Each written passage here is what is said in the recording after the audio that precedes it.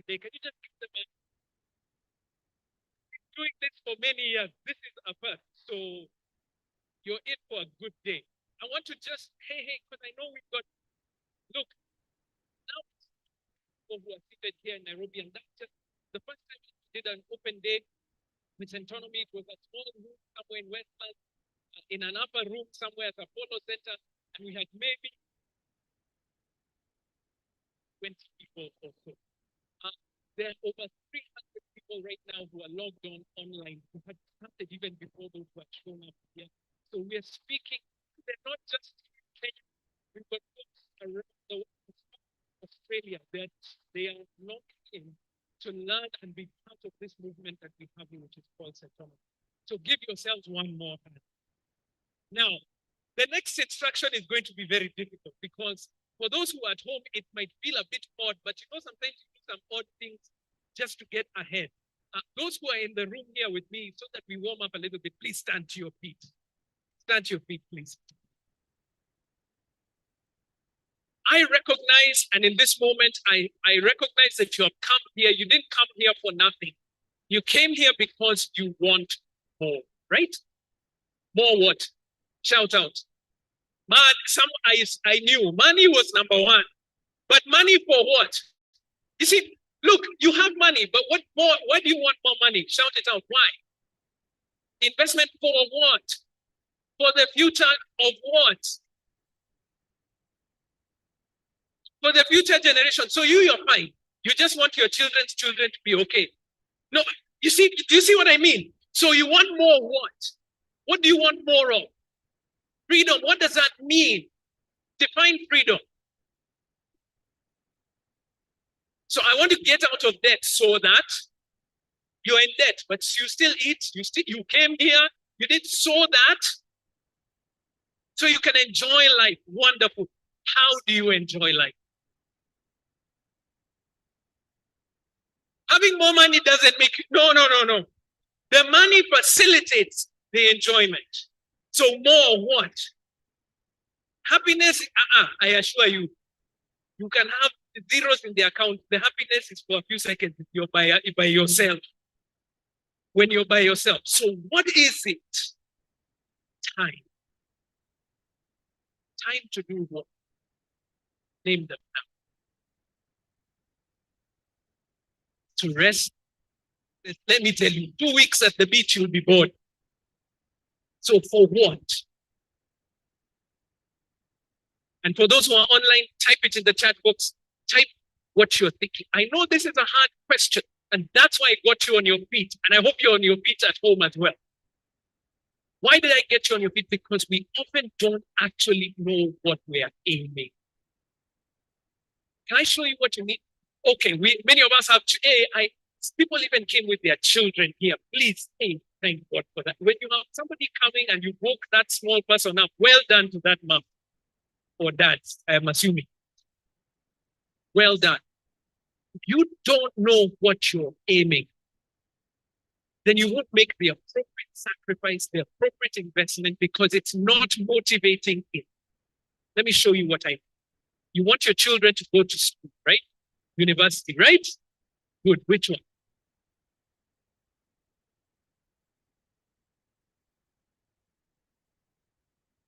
You see, we're general. Good. You want to go on holiday, right? When?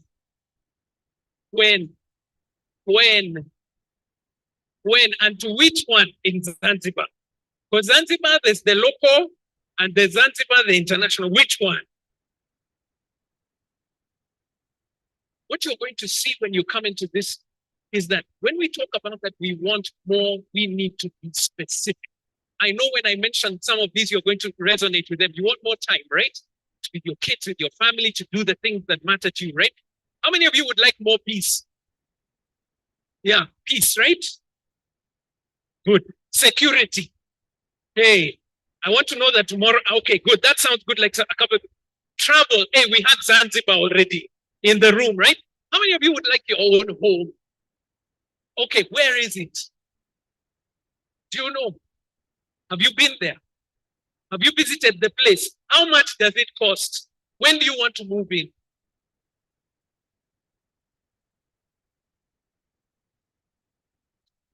Because people say, I want to live there, but have you ever been there? At least even just drive there or walk there. Cars, right? Can I take it a little bit further than that? Choices. You want to be able to make choices. Now, I've tried to be as general as possible for everybody who's listening and going through this, but we cannot be general. We must be what? Specific. Because when you know where you're going, please, I want to climb mountains. Which mountain? Because depending on the mountain that you're going to, you have to prepare differently. Isn't it? If I'm going to Mount Longonot or I'm going to Mount Kenya, is it the same thing? Do you prepare the same way? Do you show up with the same attitude? Hey, will it take the same amount of time?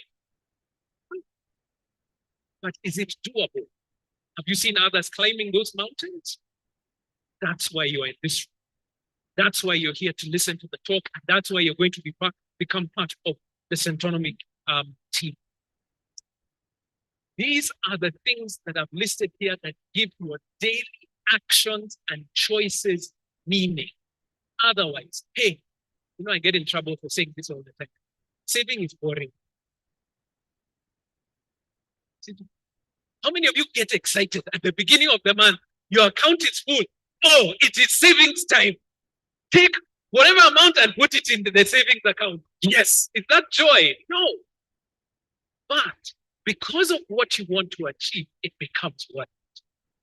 And so if you keep your eye on the price and it makes your daily actions have meaning. So smart money moves, that's our theme for today, are intentional moves because they are oriented towards a specific goal. So what are you aiming for? Seriously, what are you aiming for? Because when I ask that question, where do you want your children to go to university? Somebody says Oxford. They don't even know where Oxford is, how much it costs, or when that child is going.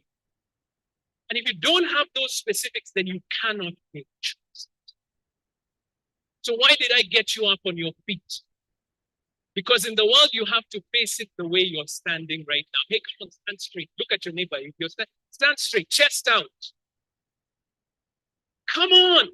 Because guess what? I'm calling you to things that are difficult. Hey. That's not a good sales pitch. I should have said it's easy, isn't it?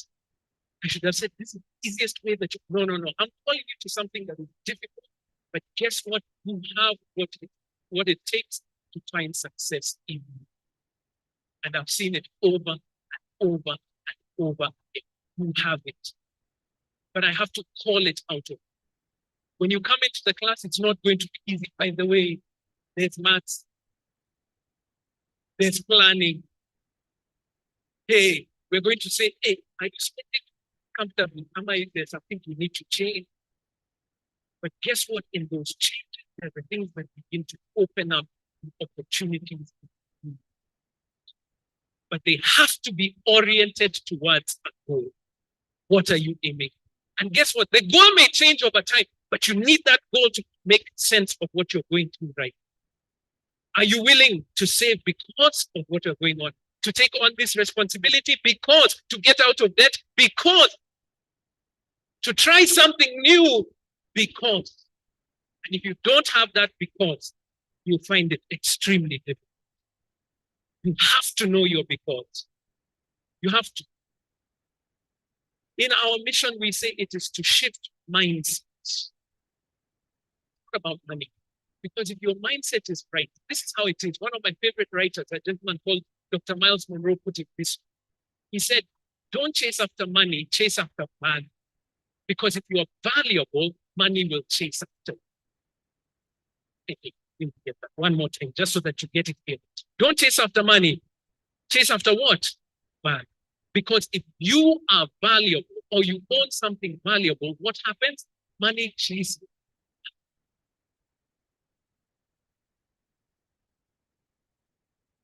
So I want you for just a couple of seconds. In the chat box, you're going to do this here in the room. People around you.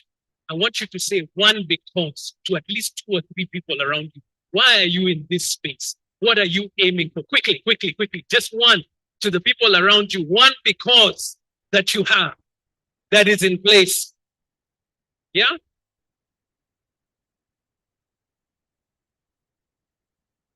Just, no, not a whole story. Just one because, please. Yes, thank you.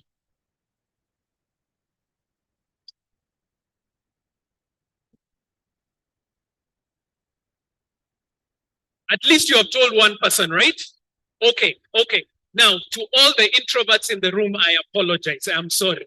I'm sorry. Because for you, that was a very difficult experience. Now, I only put you under pressure for 1 second. Listen to me, I'm an extrovert. I am going to be under pressure for the next 3 hours, okay? All the extroverts will be quiet for the next 3 hours, which is extremely difficult for us.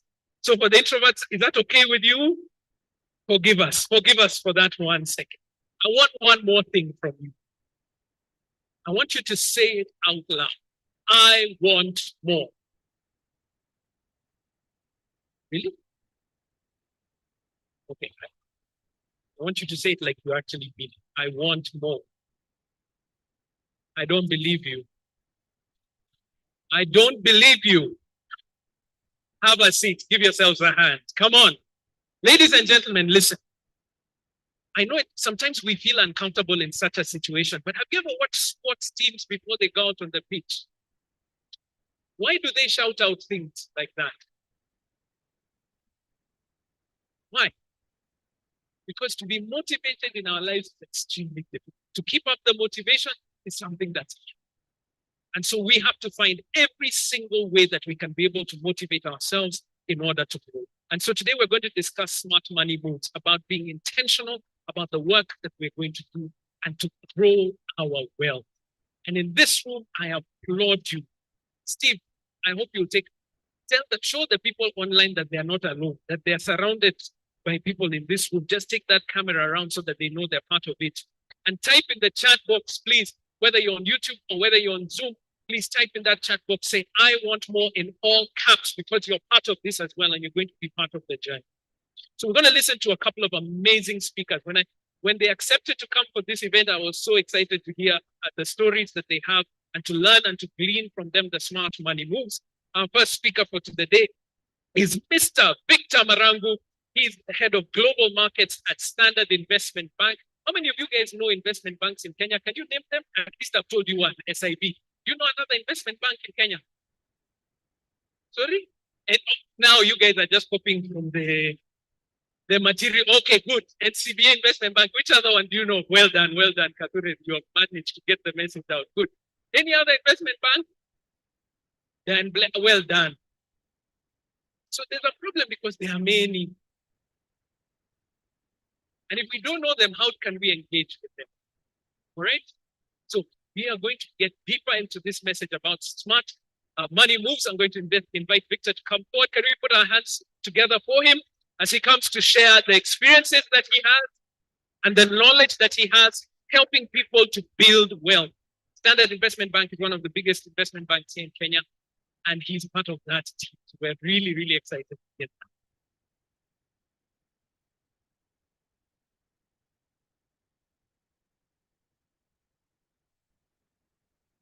Good morning, everyone. It's so nice to meet each and every one of you, to be here to share with you a few ideas about smart money moves. I'm amazed that despite the rains, we all made it, and in good time. This means that this is a very important discussion we're going to have today. Now, I'm sure if Mr. Waithaka invited us here to discuss physics, biology, chemistry, how many would have turned up? How many scientists do you have in the house? Okay. You would have as many joining us, Mr. Waithaka, as you've seen. The reason we're here today is because of one systematic error. And I think it was by design. For each and every one of us who went through college,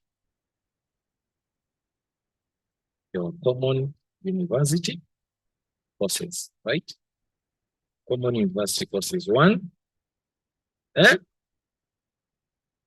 communication skills. Next, entrepreneurship, computer applications. What else? Hamukufanya HIV/AIDS. You're taught HIV/AIDS, right? Now, no one taught us how to spend the first income we get. Your payslip, when you receive the first payslip, what should you do with it? How many were taught that? If you're here and do be so lucky. Anybody? Anybody hands up? You see, crisis. How many of us were taught how to raise a kid? Maybe it's a boy. You're taught, if you get a boy, this is how you raise a boy. If you get a girl, this is how you raise a girl. Hands up, how many? Okay. That one was taught. Well done. We'll take lessons from you. If you get married, this is how you treat your husband. This is how you treat your wife. How many? In college. Please take us to your college. So, what I'm trying to point out here is that we have been fed into things that don't really end up making sense to us at the end of the day. Look at the retirees. When people retire, what do they end up? In retirement, so retiring. A busy executive whose phone used to be so busy when they retire. The messages that come in is it as a dear customer. Okay? You understand? So now, during the days of slavery, people could be captured and then taken into farms to go and work for the slave masters, isn't it? Work there in farms. But when slavery ended, what happened? Say, now we can pay you wages, right? And then it sounds exciting. So they are no longer using us, they are paying us something, isn't it? So people started working. And there was the agrarian revolution, there was industrial revolution. Now these people figured out that we need specialized set of skills for these people to continue working for us. What do we do? Let us teach them, isn't it? So teach you. That's how schools came into place. So let us take them to school to learn skill. And then we'll take them to school. They'll stay there for 8 years, 4 years, 15 years. You're in school. You're being conditioned on how to stay in one place every time. You doorbell, you answer bell. You bring that lunchtime, that. And then you get into a job environment, you know,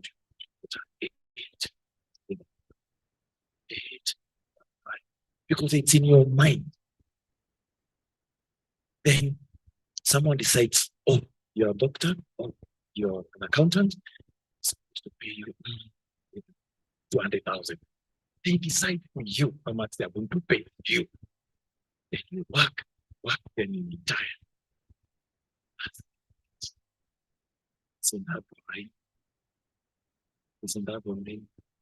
It's called the rat race. Guys, stop chasing money. I know that sounds awkward. It sounds awkward, isn't it? Start, Mr. Waithaka said something about value. What makes you happy and what is happiness? We are living in a world where we want to be like, I want to be like, so why can't you be you? You just be you. And I want you guys to know one thing. Know that we don't make money. Everyone here makes some money, isn't it? Some money comes your way every month, right? And if it's pocket money, if you're in school, there is money that comes back. So all the problems we face today has to do with our behavior with money. And those ones are based on the lies told about money. Money is the root of all evil. Is it the root of all evil, really? Before someone tells you those lies, make sure you have enough money. Okay? Then now you start looking for evil and getting rid of evil, isn't it? When you have the money first. Okay? So those lies you've been told about money, because it's your blueprint. And you know your subconscious never takes jokes. If you tell the subconscious that money is the root of all evil, people are doing bad things because of money, but your subconscious will never lead you to where you can make money. Punch enough value that people look for you, we've been told again. So what are you so good at? Become so good at it. In the book by Tony Robbins about the 5 a.m. club, they talk about granularity and superficiality. People become so superficial, you are spread so thin in so many things that you don't know an identity. What do people for? Do they know you? What do people know you for? If you're not known for one good thing, that if this guy is not here, things are not going to work. Now you need to keep working harder. If you're reporting to work every day, you're scared that you'll be replaced, probably you're not doing the best. You'd rather resign and look for something that brings true value to you. I prepared a presentation. I'm just going to go on just 2 slides because the issues we are dealing with here are not taking. We have so many areas that are advanced, medicine, IT, and all that kind of stuff. One area called personal finance. There's no comparing reason. Even with financial engineering, the financial models, and everything else, you find a chief investment officer or a CFO, a big company, probably the moment they lose that job, they start struggling. You see, fundamental flaws we need to address. Prayer is people in legislation are listening that we pass legislation to ensure that personal finance becomes part and parcel of our education system. When you join school and they teach you music, you are taught so many things. Yeah? Parts of a grasshopper. What are they helping you right now?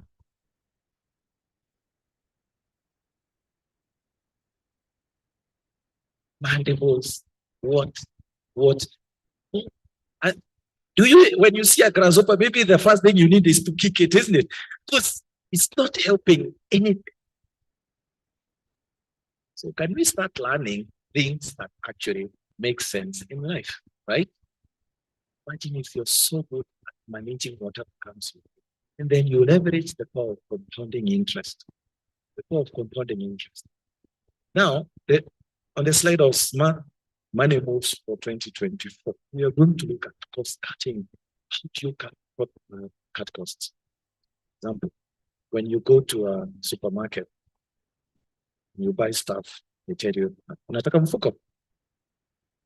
Then they patch in some together, is it? The cost of a bag. How many times have you gone shopping this year?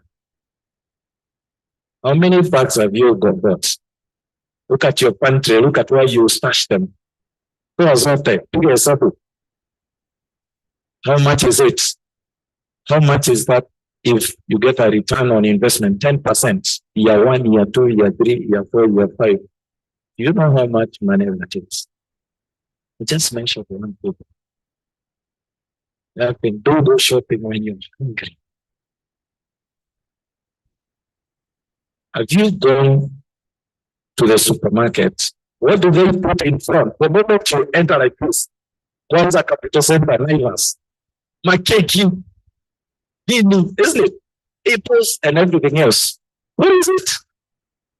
So that by the time you cut out that corner to enter where other things are, you are But shopping basket is full of things that have a shelf life of not more than 5 days. You will never learn this in any other class, thanks to Centonomy. Okay. How many are doing MBA right now? Your masters? How many? Go and challenge your lecturers. Tell them we want a unit of personal finance. How do you graduate?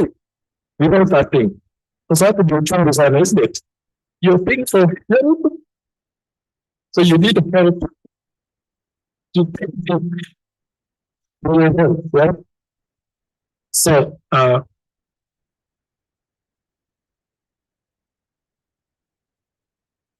guys, I want you to think critically about these things that you're discussing right now.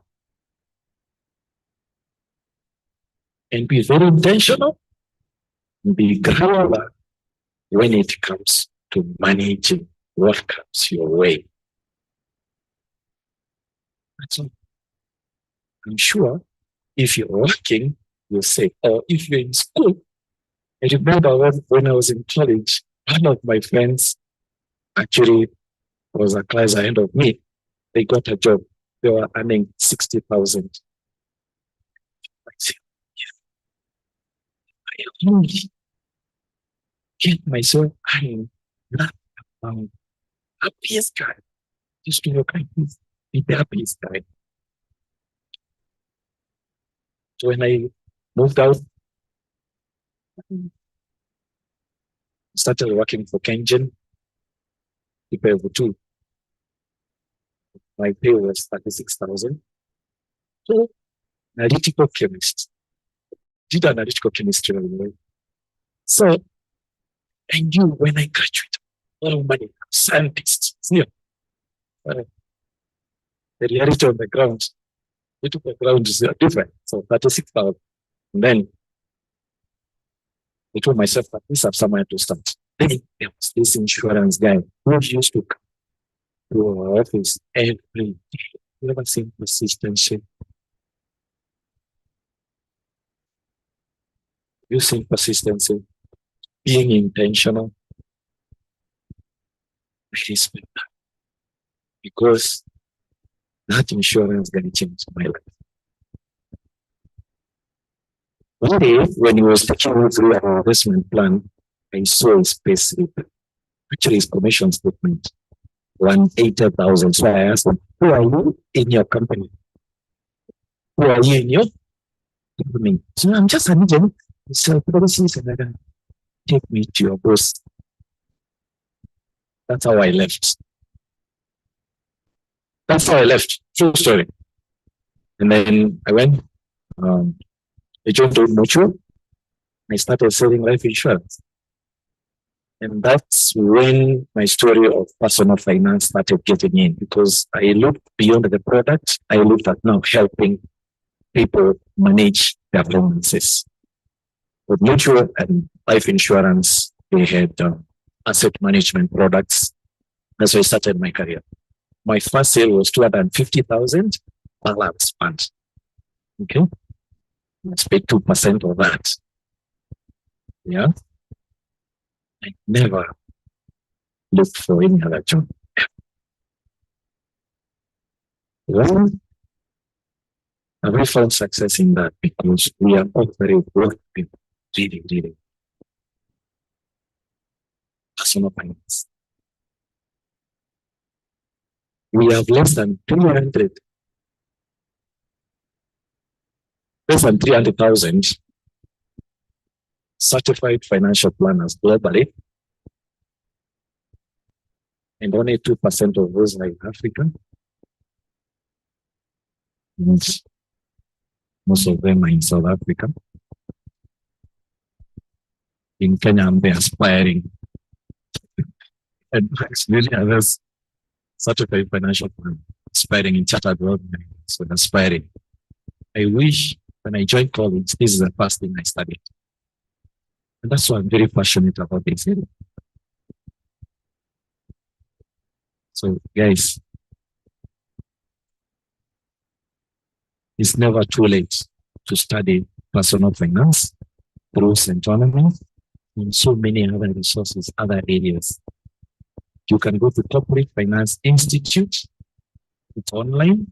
You can study those courses, personal finance, chartered, certified personal financial planning and wealth management.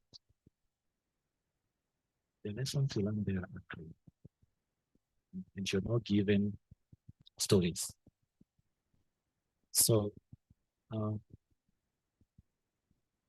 this is something you can just Google and edit or appear there, okay? Right? Are we together? This is, do you think I have discovered this today? This is a discovery. It has to have conversations, okay? Because a Google search, well, if you go to ChatGPT, you get everything or whatever, right? But what do you do with the information you get?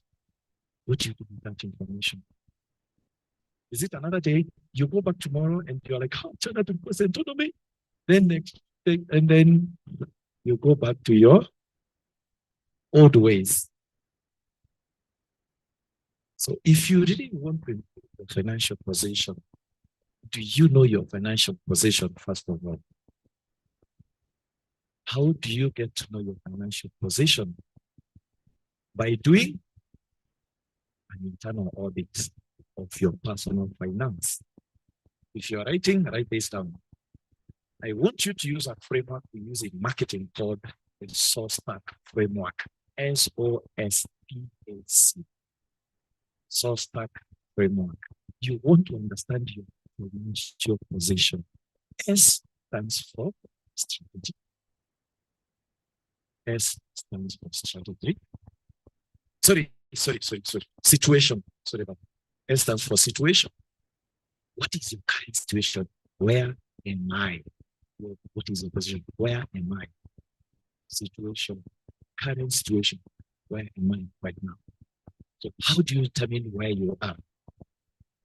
You can start looking at your network, right? Look at your network. Look at your assets, look at your liabilities, then you get your actual position. But remember, your network doesn't constitute the investable. Because your house forms part of your network, so you cannot go and invest your house. So subtract your house from your network, then look at other financial holdings you have. That is your current situation. Are you happy with it? Are you negative? Are you at a deficit? Okay. And the next one is objective. Where do you want to be? Your objective, your goal. Establishing your current situation, then the objective. Where do you want to be? Where do you want to retire? How much network do you want to accumulate? What neighborhood do you want to live? Your school for the kids, you travel the world and everything else. Those are objectives that you put a goal, a monetary figure, and the date. Okay. Then the other one is the strategy. How do I get there? How do I achieve those objectives? Then the other one is the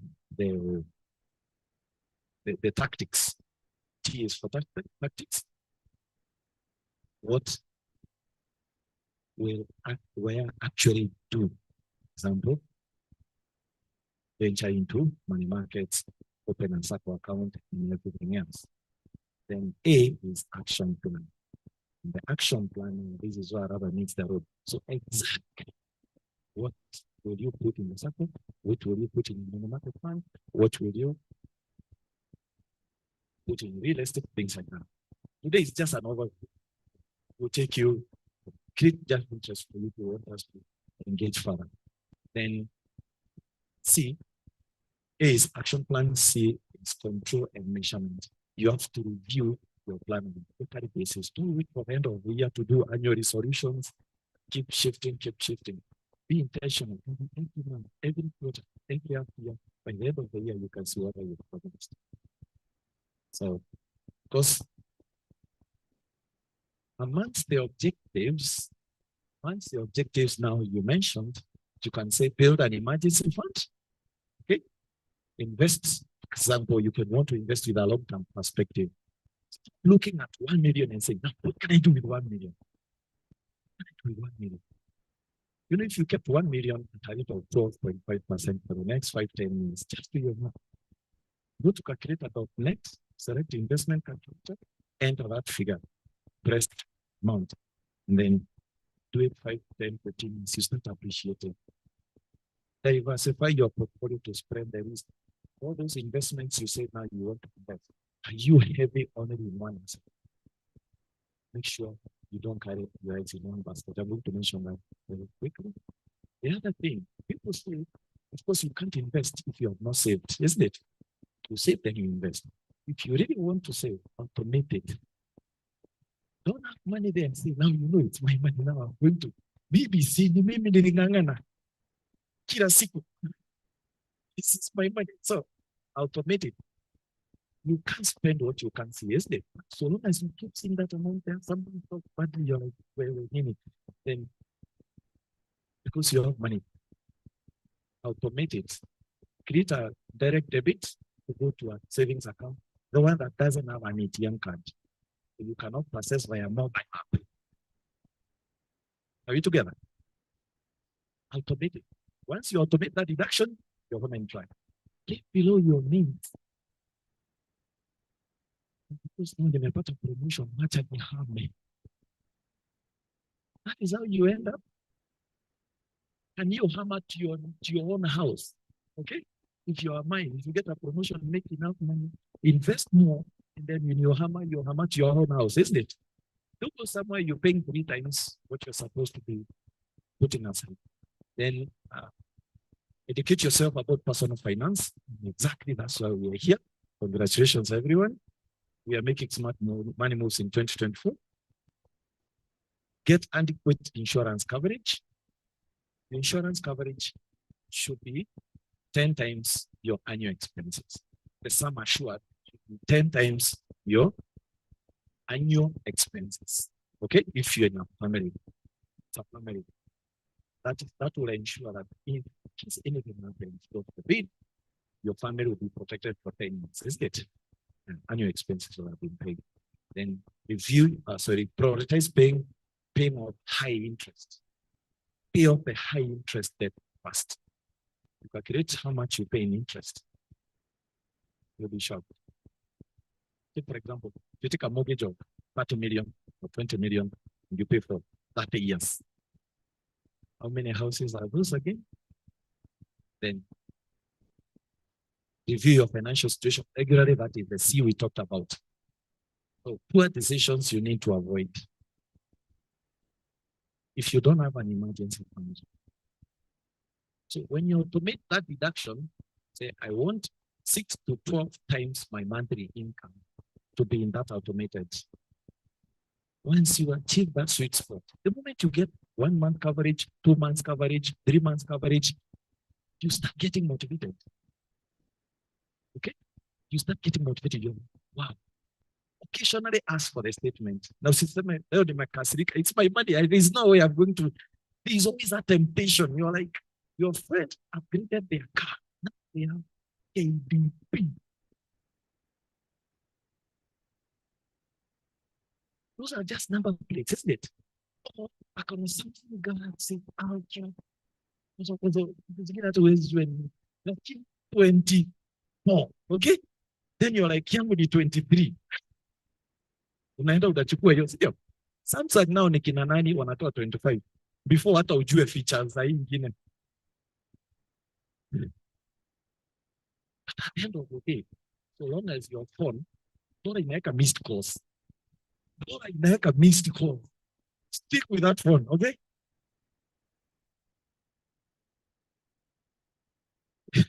Don't accumulate high interest debt, impulse buying and lifestyle inflation. This hinders long-term financial goals. Neglecting retirement savings. Of course, the later years you start. Nobody cares. Nobody cares. At the end of it. Overlooking insurance needs. You say, now insurance on Shina Metusubua by my first experience when I got the job at what much I knew. Somebody I used to know. Because you are the answer now and you kind of insurance, this is the thing. They told me, ambacho kingine. Hizi vitu tunaletewa kila siku. Kuna zingine zikaanguka huku, zingine huku. So I picked them polepole and it was a bad experience, but I never. So grit, G-R-I-T, grit. That one is never taught anywhere. Your determination. All the grades, all the levels of education and everything else, but without grit, which makes you rise above challenges. Very important. Chasing investment trends without proper research. You have no, enda uskaniwe macho. Kuna hiyo kitu. How many went for that thing?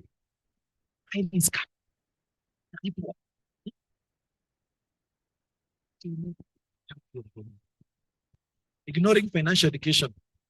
But as a system, ignore financial education. Yes. That is why now we have avenues like Centonomy to come and learn. Yeah. Look at this. If you call people here to come and discuss how to go to the moon, no one will be here, right? But this is a very critical topic that we are handling today. Okay? So in 2024, you don't want to invest your money in one part. You want to make sure you diversify your investments. Now, a typical Kenyan investor, where do we put our money? 1, real estate. 2, fixed deposit. 3, savings in a bank account. Fixed deposit. What else? Sako. Very perfect. Very good. What else? Chama around data. And then what is the average return on investment for all those things you've mentioned? What is the average? Anna? Quick math. 8, isn't it? Adjust for inflation. Inflation was 6, isn't it? What are you left with? Cut a tax. Management fee. You see now? No wonder you're still struggling. Why? Put all your money in one. Is it true? Real estate, you lack what we call geographical diversification. You need to look at other financial centers that are more developed. US markets, UK markets, Asian markets, European, American, and Asian markets. Very well developed. And that is what at SIB we started doing 5 years ago and chose to diversify the Kenyan investors' portfolio in global markets. And I'm just going to point out some of the things that we've been able to do with our investors as a wind up. What investment options we should avoid is the get rich quick, isn't it? What's that bet? So you what bet? Or all of a sudden you become an expert trading forex. Hello? Kama uko guilty, usimame tu. Raise your hand. If you 3 times your demo account, sasa wewe ni expert. Yeah. But did you become when you put the real money that sweating, you start sweating. You break the laptop, and then that's a loss. Why? Because you want to become experts in everything. Guys, there are people who are so good at financial engineering. Look at the global markets and come up with a solution that can benefit people. At SIP, we have this product called Mansa X. How many have had Mansa X by show of hands? Mansa X Fund. I started investment bank. Wow, yeah. Lakini sio sana. Yes, thank you so much. This fund was brought to diversify the investors' portfolio into global markets, and you can see the various that's the geographical diversification and then asset-wise diversification. If you compare the Kenyan market with the global markets, we are in a blip. I'll give you an example.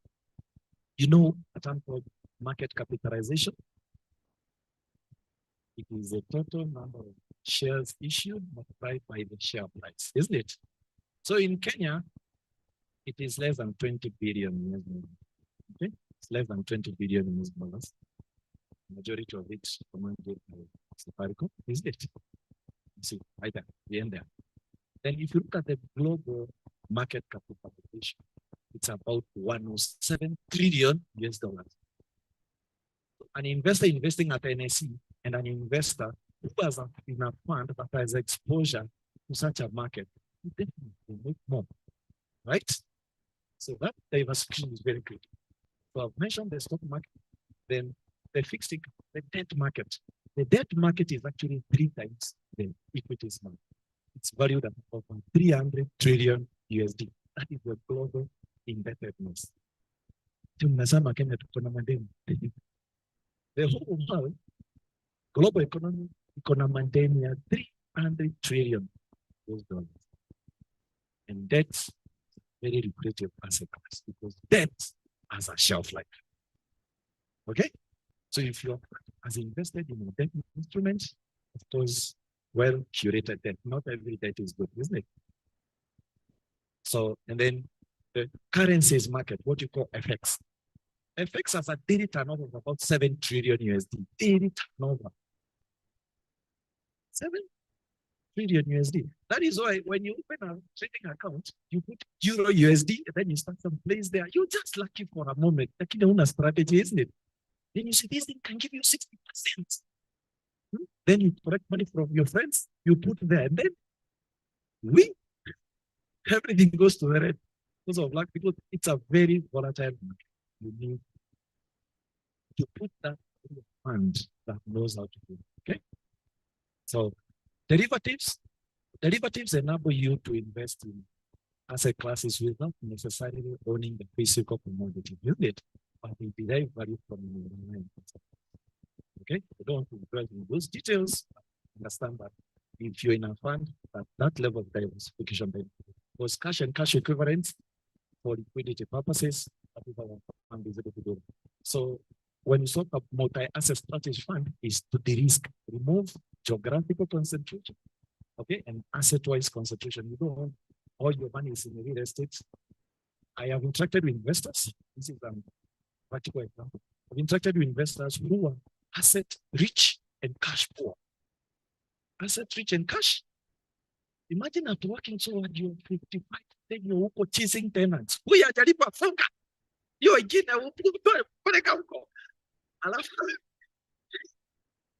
all your friends are going to the holiday, Maldives work. Because all your money is there. I'm not saying real estate is bad. I'm only saying how much have you put in real estate? Are we together? And everybody now says, I also want a piece of land.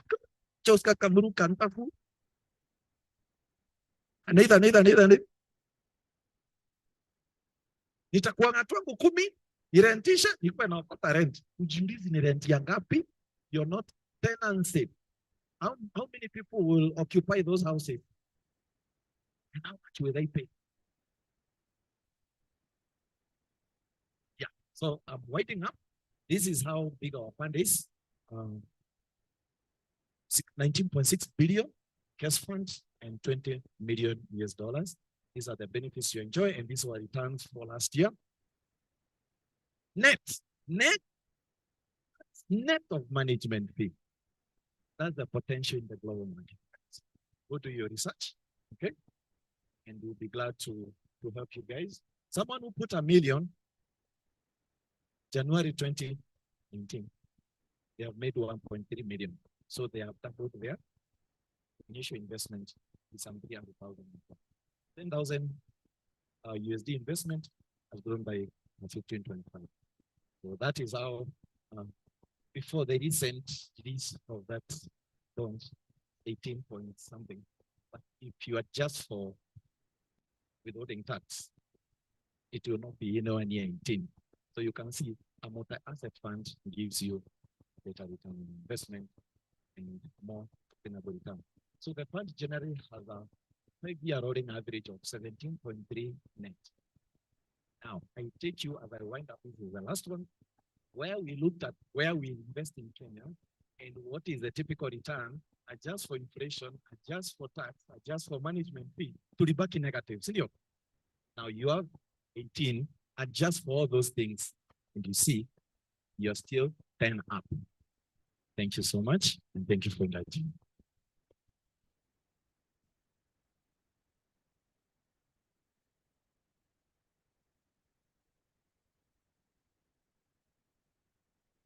Thank you so much, Victor. Can we give him another hand? Thank you for sharing those experiences. Now, I was hovering around just what people were doing. And I can tell the people who are serious and the other ones who just came to watch. It's okay. The ones that are serious, I saw them taking notes on their phone. Can I give you just a quick highlight of what Victor talked about? Take me to your boss. Do you remember that statement? He saw where he was and he saw where he wanted to be and he moved. Stop waiting. There'll never be a perfect time. Oh, Victor, you forgot to tell them. Is there a perfect time to invest? There's a specific date, 2024, January 20. It is the time to invest is when? Now, right? Next, ChatGPT has all this information, correct? Information, well, I don't know if it has all of it, but it has a lot of it. Information versus transformation. Which one do you want? Transformation, does it come by looking at a screen? It comes through what? Action. And so we're going to be intentional about our actions in this place. Please understand, this is a good place to be today, but it is not enough. This is just to get you to be aware and say, what actions are you going to take this year? Hey, he repeated himself quite a few times, and we will continue to repeat. You hear the same information over and over again because repetition gets it in our hearts. Until it changes your mind and your heart, it's not going to happen. All the things that he talked about are in the Centonomy 101 program in detail. So I know when he went through all those charts, you are looking at them and trying to take notes and say, which one do I pay attention to? Don't worry. You have over 2.5 hours in that class on investments to understand what these things mean. So don't take this this is a taste that is going to get us into that place. And the last thing that you said, determination. Ladies and gentlemen, it's not, if it was easy, everybody would do it. But here's the thing. How do I know that you can do it? On a rainy Saturday morning, you woke up, got into a car, got into a matatu, and got into this place. You woke up at home, got onto your screen, logged in, struggled with the audio issues we had at the beginning. I hope they're sorted out right now, but you're determined to be in this place. And so the transformation is coming, but not just through this one day, but through continued action. So give Victor one more hand. I got all that from just what you said.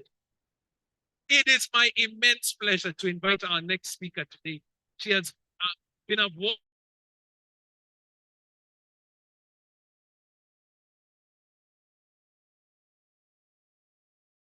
of times, and every time I've gone, my friends from high school are like, please take a photo and show evidence that we're going to, that you are there.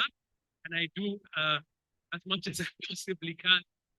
But she's so amazing in the way that she communicates the stories to us as Kenyans. Ladies and gentlemen, can you put your hands together for Victoria Rubadiri, who's going to come and share some of her experiences around the area of smart money moves. I don't know if that clap was enough. She has not even reached here. So thank you so much, Waithaka. Good morning, everyone. It's an absolute pleasure, honor to be here. We were just saying in the back with the other speakers, to have this many people committed to your growth, your personal journey is incredible and an encouragement, I think, to all of us who are here. So when Waithaka called me about a month ago to say, hey, would you be available to speak about smart money moves? I was thinking, me? Really? And I had to kind of do some introspection and think about my journey, my relationship, my thinking around finances, around money. And a few things came to mind. You know, sometimes you can forget about the things that you've done along your journey. Let me kind of take you back a bit to give you perspective as to how my relationship, my perspective, the lens through which I saw money began. So I think like most Kenyans, I did not come from money. I did not come from privilege. My parents worked very regular jobs, put us through school, worked really hard to get at least me and my sister through university. Well, at 18, I got pregnant. And I was faced with this, and I heard Victor talking about, in university, do they teach you how to raise a child? Absolutely not. It was a crash course into motherhood when I myself was trying to figure out who I was at that age. And that really began the relationship I had with money. I started to look at it through the lens of scarcity. Just making enough to buy diapers. Just making enough to pay rent. Just making enough to pay daycare. And this is the thing. When you make more money off of that lens, it doesn't change how you see it, how you use it. I don't know anyone who from the jump, from the beginning, from your first paycheck has had a civil relationship with money. It's always a fight, right? It's a fight to get it. It's a fight to keep it, not so much a fight to use it. And so that's exactly what happened with me. I got my first job in media, and my entire salary went to paying my daughter's fee. So what did that mean? I had to live with my parents for some time, right? Because I couldn't afford anything else. And it was crazy because I was thinking, this is not sustainable. How am I going to make it through life if all I'm working for is to get my daughter through school? And so the journey continues, right? The story progresses. You get another job, you're poached by another media house, higher salary. And you're thinking, this is fantastic. But what happens? Because you're looking at that scarcity mindset, you spend that money irresponsibly. You get into a bank loan to buy your dream car, which I did, right? I know, please pray for me. And all of a sudden you're thinking, wait, so I have this monthly deduction of a loan to pay for that thing, which by the way, today is still in the family. And I wonder, what was I thinking buying it, right? It was a liability. So fast forward to 2019, November, December. This cycle continued, right? Each month that bank payment was coming out of my check. Each month you have different expenses, rent, school fees, fuel, food, you name it, we all have them. And it came to a point where I said, I can't keep doing this. Year in, year out, the bank keeps taking a huge chunk of my salary. And I decided it's time I start paying down this debt. Which brings me to my first point. Sometimes a smart money move can come out of necessity. So the thing that kind of jolted me into starting to pay that debt down came in April 2020. Does anyone remember what happened in 2020? Oh yeah. And I was called into my boss's office and he sat me down, handed me a letter and said, so the good news is you still have your job.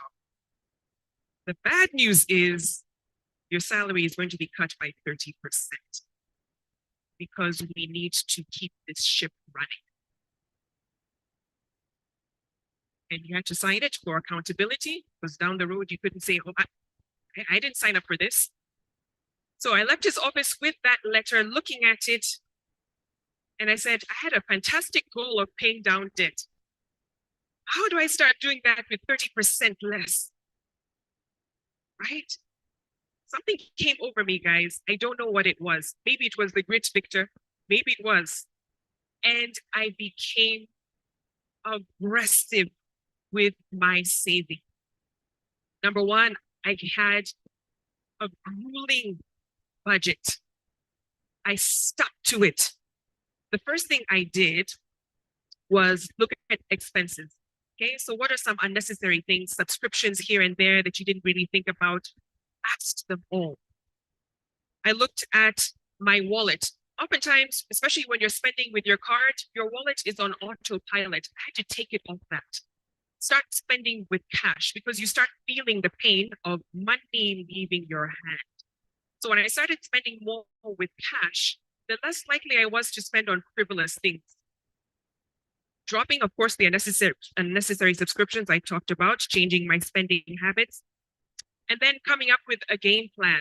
So the necessities was the only thing that I would spend on. So that was rent, food, fuel, fees.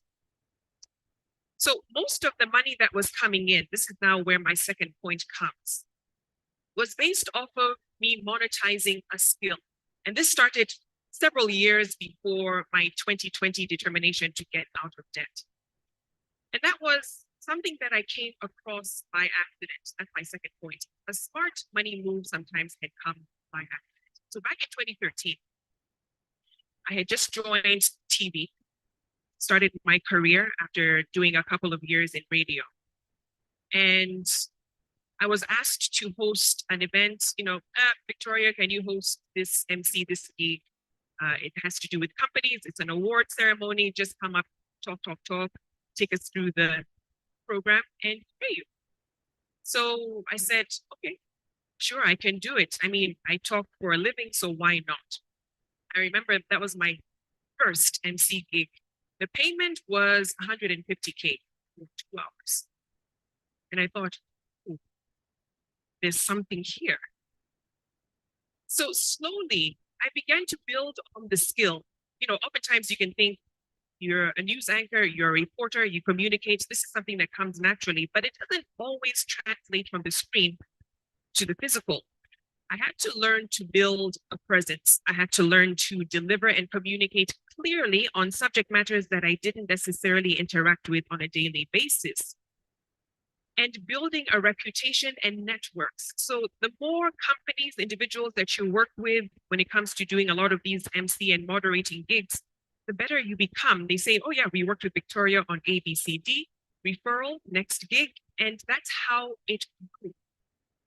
By my third year of doing it, I had to start putting together a rate card because it became a serious income earner for me. And I thought, this is the first time that I'm being asked to evaluate myself. Do you remember what Victor said about them telling you how much they'll pay you? All of a sudden, I had to decide what they would pay me, right? And I thought, oh, this is now elevating me into a different realm. I'm no longer held to a system or a structure. The income I'm making is based off of me and what I bring to the table, the value that Waithaka was talking about. And so I put the rate cards together. You send it out and, someone says, okay, fantastic, we can pay you this. And you do it on an hourly rate. As the years pass, I had to increase my rate, charge more, charge in dollars, right? And you begin to see, oh, wait, this is not something to just think of as a side hustle. I needed to now invest into it. And now 11 years down the road, I can tell you, I was doing inventory of the side hustle income. I made double my income last year from my side hustle. But it took time. Remember, I said I'm coming into my 11th year of doing this. It's a slow burn to make that money, right? And it's so funny because even most recently, I was thinking about my most recent gig because it morphed from emceeing and moderating to now executive media training. And my most recent gig was last week, actually, with the CEO of, I won't say, it's an international NGO. And he was preparing to do his press circuit and interviews in Davos for the World Economic Forum. And so I was basically taking him through what he was going to say. And I made my monthly income in 2 hours, right? Again, value. What do you bring? And so you can think through what is some skill that I have? What is something I can bring that brings value to me, right? You know what that is. I won't. And of course, Centonomy can help you figure out what that could be. But that's one of the things that I realized made such a difference for me. I think the third thing and last is a smart money move can be a gateway to creating more wealth. Right? So a lot of times you can get excited and get comfortable with making good money. I can look back now many times. My daughter is at university. She just went for her second semester, a US university paying in US dollars from Kenya shilling. You guys know how the exchange rate is, right? And can I tell you, and this is a testimony, for the first year of her university, I did not have to touch my salary. That came all from my side hustle. That journey that began with my first paycheck entirely going to paying my daughter's fees, to now being able to say, I don't have to touch my salary to pay for her university, right? So again, it's mindset. It's putting in the work. It's working on that grit that gets you to a level at least where you can live comfortably. Am I where I want to be financially? No. But I'm better than what I was 5 years ago, perhaps. So that final point on it's a gateway to wealth is essentially where I'm at right now, right? So you move from exchanging time for money, exchanging a skill for money, to making money work for you. Essentially making money your employee, right? Passive income. So right now I'm trying to diversify my investments, Victor, through various funds. I'm trying to get into real estate as well, because listen, in the next 5-10 years, I do not want to exchange my time for money anymore. When Waithaka had us stand up and think through, why am I doing this? Why am I here? I thought, because I don't want to be that 18-year-old single mother who was just making it for diapers. I don't want to be her. Better still, I want to be able to have a financial legacy to pass on to my daughter. I'll finish with this. So my daughter left back to the US Thursday, and she's in the process of getting her first job. She said, you know, Mommy, I know how hard you to give me the life that I want. And she said, so I'm applying for a job because I don't want to burden you with that small money. Just focus on the tuition. The other stuff I want to handle. But she took it further. She said, I want to invest my money, my first paycheck. Victor, you'll be proud. So she's, of course, she's an American citizen. So she has her account with Bank of America. And so she said, I'm going to start a fund with Merrill Lynch, one of the investment banks. And she said, I'm going to dedicate each month to go into the Merrill Lynch fund so I can start investing. And I thought, how this has come full circle. From 18, I was the one struggling and figuring out how to provide for this one. She's now 19. And her mindset with her first paycheck is, how do I grow my money? That for me, she is my smartest money move. Thank you all.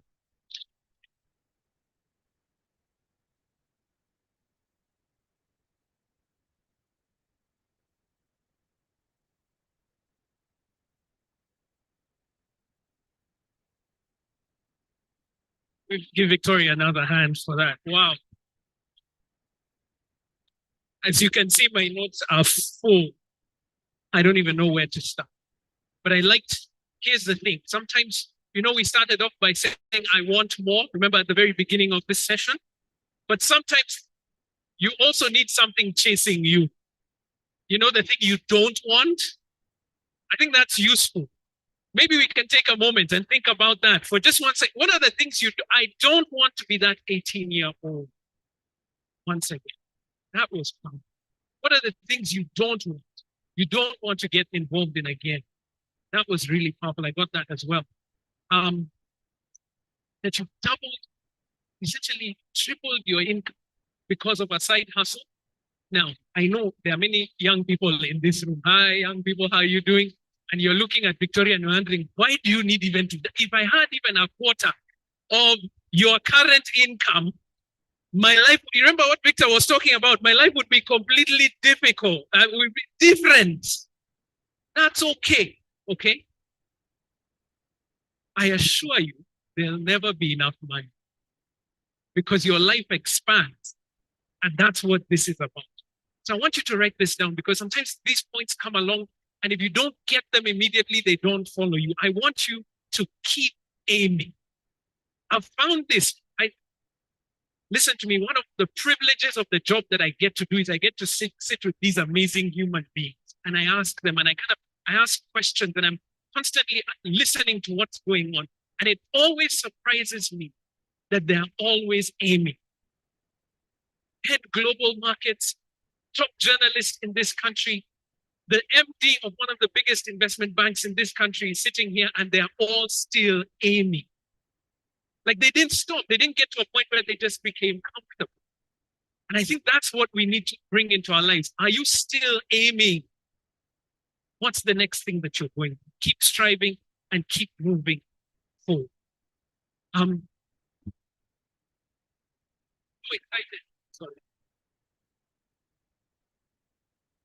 I wanted to mention because sometimes you get ahead of yourselves. And as the rain fell, thank God for all of you coming to the place. It's drenched. I just wanted to mention this because I've seen a couple of people already on the social media being able to follow us. Right, I wanted to encourage you to continue to do so. Please do engage with us online, whether it's on X, formerly Twitter, on Facebook stories, Instagram stories. Do use the hashtag Centonomy Open Day, hashtag Money Matters, hashtag Financial Freedom. Towards the end of this, those who are most active on the social media platforms will be able to give you some partial scholarships into the program Centonomy 101. We want you to purchase and to be part of this, to buy into what we're doing. I am so happy to invite our next guest because he has just come through this and he is part of the Centonomy program and has been able to learn and grow, and he'll tell you what his experience has been now being part of our journey as well. Ladies and gentlemen, can you please put your hands together for Daktari Amele Ndoli as he comes to share his experiences being in the Centonomy 101 program. And we are tracking extremely well. Thank you so much, Daktari, for sharing your experiences. Please do take note of those hashtags that are there, Centonomy Open Day, Money Matters, and Financial Freedom. We've already seen so many engaged online. For those who are on the online platforms, thank you so much for those comments. We're going through them. We're going to see if we can get some of them answered during this session as well. Thank you, sir. Thank you. So, good morning. So I'll ask a question. So how many of you are between the age of 16 and 20 now? Hands up. 16, 20? That's 4. 20 to 30? Oh, you're going to be my target, huh? So just to start off, I'm a lover of best things in life. I love adventure so much, so much. So I love adventure. That's why I connect with my God, find my purpose. And my passion is just to see a healthy nation living purposely for the glory of God in Jesus. So I'm a medical doctor. Centonomy 101, season 37, alumni, which we began on February last year. Then we graduated in May last year. So thank you so much, Centonomy, for inviting me in this auditorium, just to tell you my journey before and after Centonomy. So I always love this quote that life moves in seasons. Today you are young, tomorrow you are elderly. You will always have sunshine days, rainy days, as we speak right now. So just a very touching story that I encountered one day. I was in my clinic. I will not say the name. And the profession of this patient was a teacher. Teachers have a medical scheme that caters for their health. So it covers them the entire time during their teaching practice until the age of 60 when they retire. So one day this teacher comes to my clinic and she was very sick. At that time, she's 60. She retired just a week ago. So I do the normal thing, ordered some tests here and they examined and make a diagnosis. Then I asked her, how are you going to pay? And actually she was literally crying. Daktari insurance yangu imeisha na sijui nitafanya nini, nitaanzia wapi? Tafadhali please do something. Kept back for minutes. And 2 weeks ago, remember, I served same patient using the insurance. So I called my boss, and what the boss told me, there is nothing we can do. Please refer the patient to account. I don't mean that account hospital are bad. Please refer the patient to a public hospital, so that's where the services can be offered with payment later. It was a very, very touching story, and I learned from it that today you are high, tomorrow you can. It actually, Centonomy what teaches you is that during your rainy days, you can still push on yourself financially. So, fast forward. When we went through this course, I'm here to give testimony. Okay, my previous speaker have talked so well, but mimi niko hapa kama vitu kwa ground. Because sometimes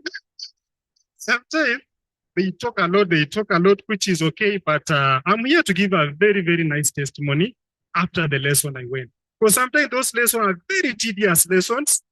And just to give, let me just own up that some of them I had to attend when I'm in the clinic. I'm with the patient and the speaker is on. That's how important those lessons are. Because you can't miss those lessons 2, 3, or 4 times. And it's all about shifting our mindset. I always had a dream that one day I want to have a multi-speciality hospital that is within East Africa and across Africa that is level 7. There is nothing like level 7. So I want to employ most of the professional doctors across the world and doing most of the finest surgeries. But I never had a plan on it. It was just a general picture. You don't know where to start. You remember of this dream, then unakumbuka una hata 200. You test your friend. John, nisaidie tu so, nitakurudishia. And as usual for Kenyans, niko na deal na Ivana. That is the narrative. So, after that class, I sat down. I have this dream here. As Waithaka will always ask you and bother you every time in that class. What is that goal? When? How? Who? Where? I sat down with a paper. I speak to you. That journey began because I was planning to have a medical center that is worth 1.2 million. And for information, I'm 60% done, and the journey is ongoing. That's courtesy of Centonomy. These things are possible. They are very, very, very possible. We become poor not because of how much we earn, but we become poor because of our thoughts and actions. So please, when you are told, don't go to the supermarket when you are angry, because you'll buy unnecessary things. How do you buy a bread, a cake, and crepes, and soda, and yogurt? Does it even make sense to you? Does it make sense to you? Just because you are very hungry. And at the end of the day, we will take that piece of cake, na umeshiba, zingine zinaenda wapi? Then you make a mistake, you pass through a certain shelf. For those who know that where that shelf is. You end up buying very unnecessary things. It's all about intentions. You are told, please have an emergency fund. You will be taught how you do it. And it is just to inform that I'm on it. And I've already done 2 months of my salary in that emergency fund. You will be taught how. They take you through practical lessons. These things can happen. It is very much possible. And Centonomy will show you the possibility of that. Centonomy will tell you, move away from this statement. I can't afford versus how can I afford? Okay. Do you think you can go on a holiday in Singapore? Is it possible? It is possible. You only need a plan. And you actualize that plan. The year is beginning, as usual. We make plans. We are almost into week 3. How far are you? You know yourself. Budgeting, you'll be taught. And Waithaka will always tell you that a budget is not to make you stingy. It's not to make you deny yourself good things in life. I began by saying that I love best thing in life. But a budget will help you to tell your money where to go.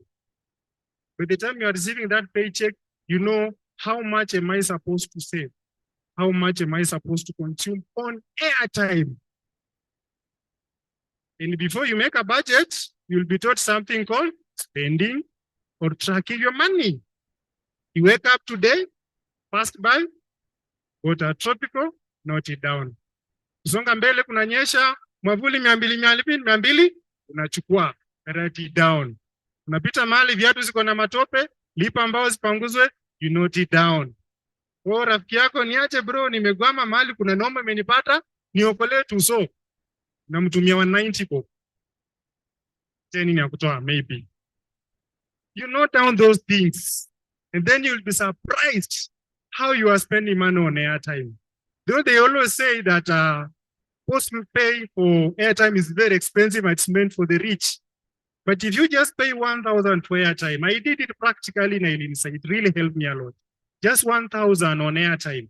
You just buy those, and those are 800 minutes. 800 minutes are a lot for you the whole month. Rather than buying 30, 20, 50. Story imeshika, kidogo ni load, una load 50. Kidogo kidogo, udaku imeshika, kata kidogo nieke, uneka 20 bobu ingine. And the story continues from other aspects of life. But now we'll be taught that just every month, just buy airtime of 1,000. And for those who don't have Wi-Fi, you can do bundles of 1,000 for airtime. It will push you. So that's 1 GB every day. 1 GB is enough for you. You know that very well. And if I told that itaisha before siku ishe, don't buy any other. Shauri yako, jipange.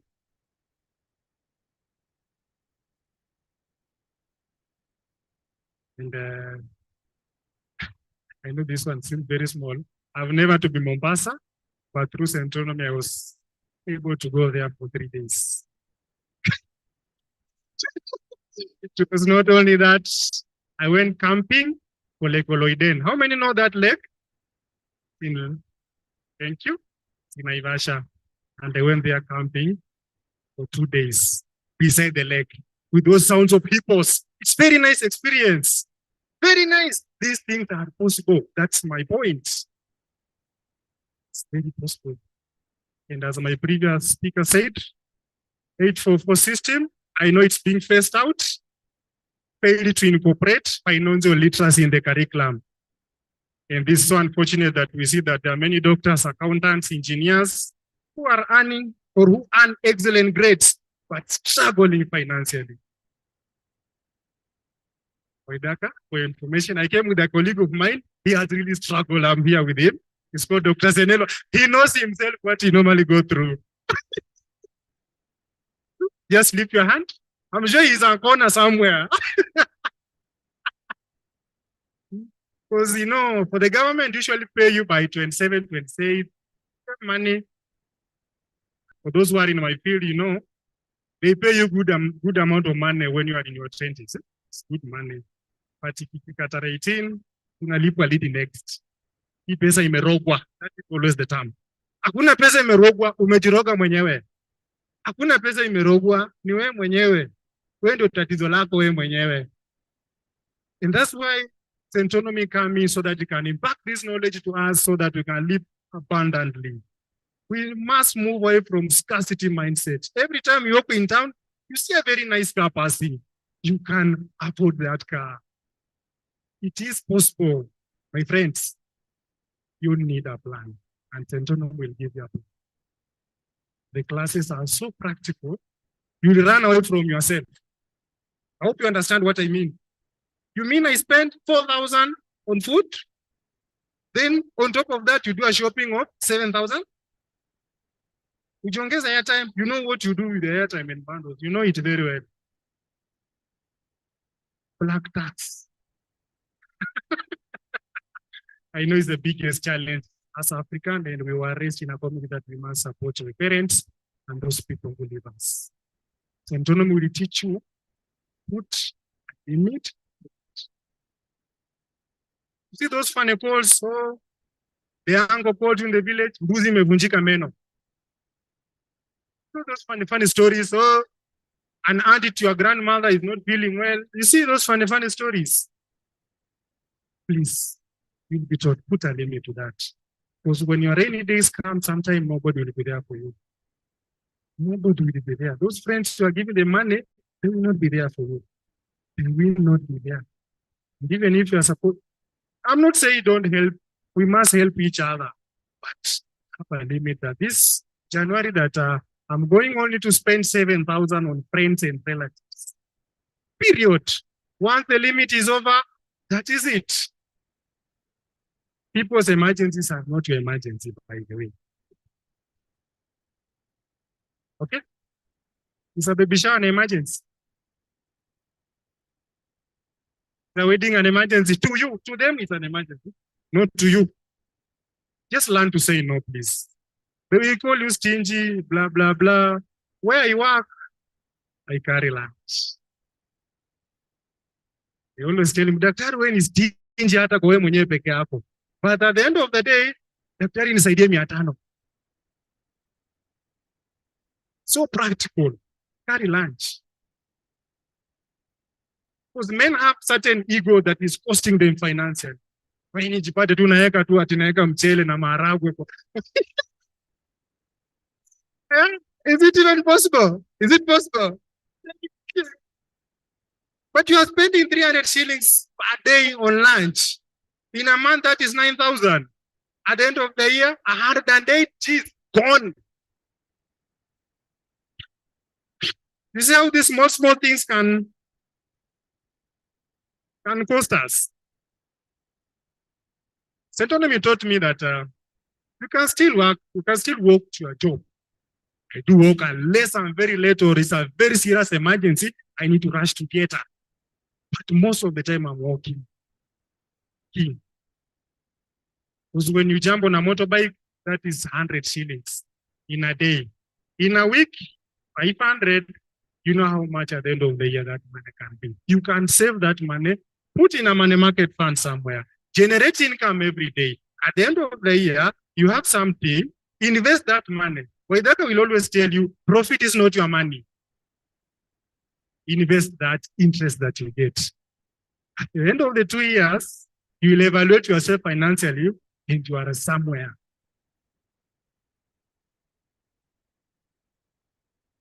Okay? There is another aspect that you'll go through that class called, I think it's among the first 3 lessons. It's about paying yourself fast. Doesn't mean uchukue pesa, go somewhere, eat well. No, it means saving and investing. Saving is another topic.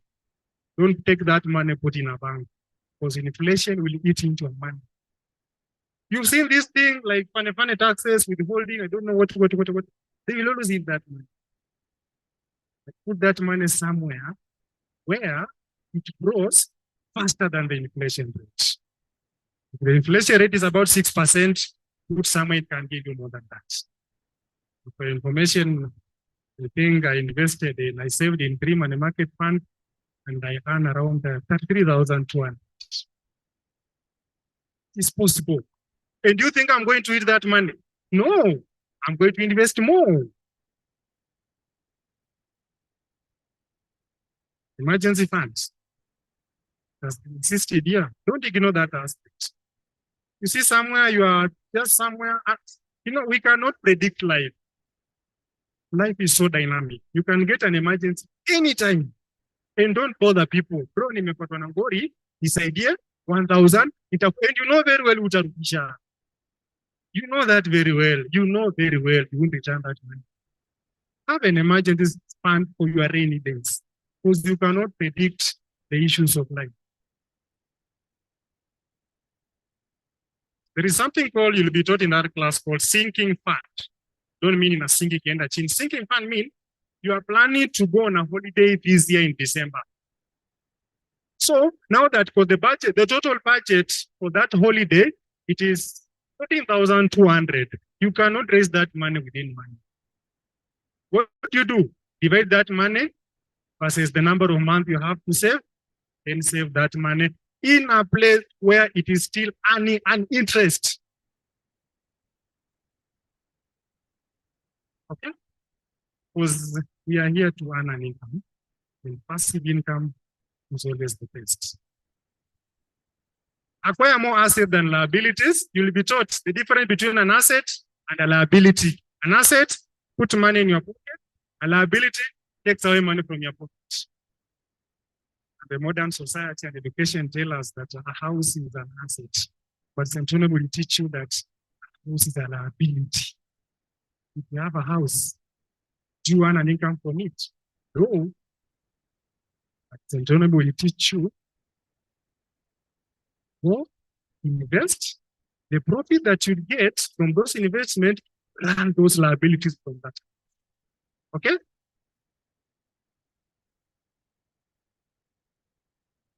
Remember always, passive income is always sweeter. You know, when I used to start investing in this money market fund, it was so funny. Okay, I will not name the money market fund. So nice one.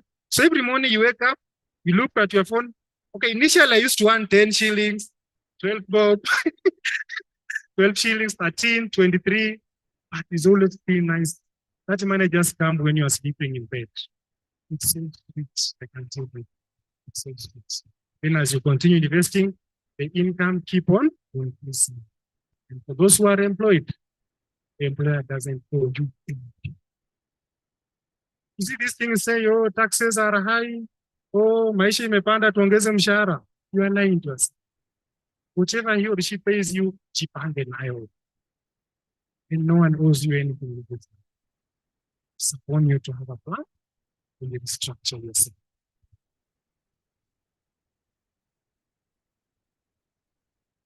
And Waithaka, this just to inform you that in that class that finished in May last year, we have an investment group.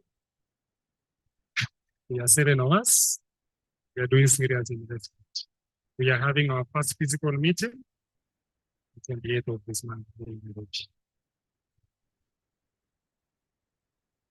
We are doing more serious things, partnership with NCBA. So this, because you'll be putting during those classes, you'll put in, so to say, investment groups. Please make use of those classes. And we are doing part of the investment we had with the market fund and other more serious things. Financial education is a more powerful tool. Please do yourself justice and say it. I know you may say, oh, I don't have time. Oh, the fees, the registration, the tuition fees, very expensive. But I paid them with 4,000. And I made 108,000.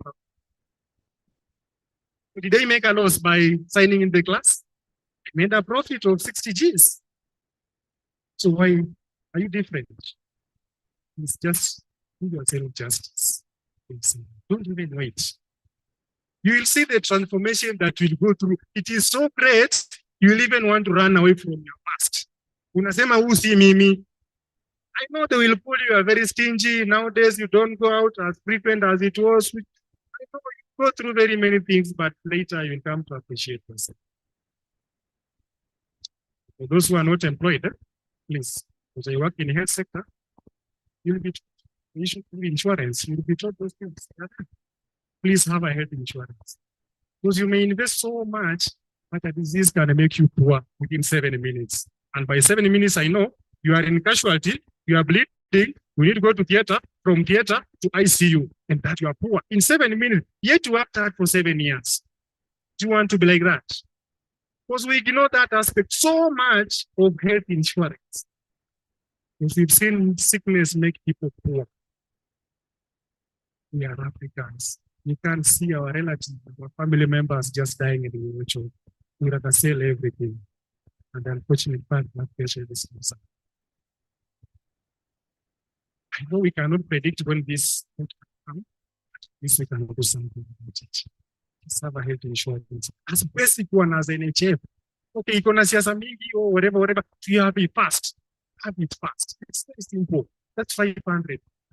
500. Najua utasema iko na siasa mingi isaidiangi, but you never know that one day. It will help you pay that 60,000 in a hospital bill than us doing it. Some of these arambes that we do is just failure to plan. I don't mean we should not help, but some of them, something can be done about it early. Please, just have as simple as NHL. Because when I was in employment, the contract was for 1 year. It was under the Ministry of Health.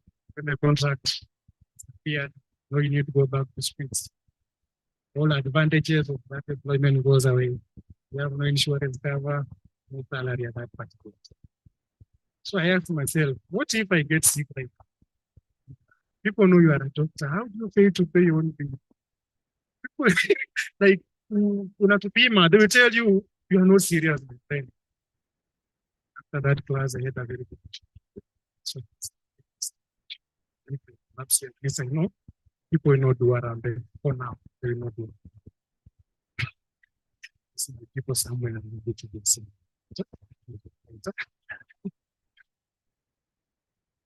These are simple things.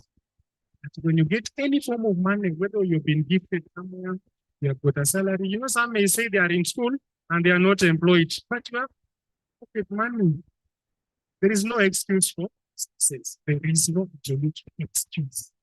Just put something. Slowly by slowly, work on it. You will grow bigger.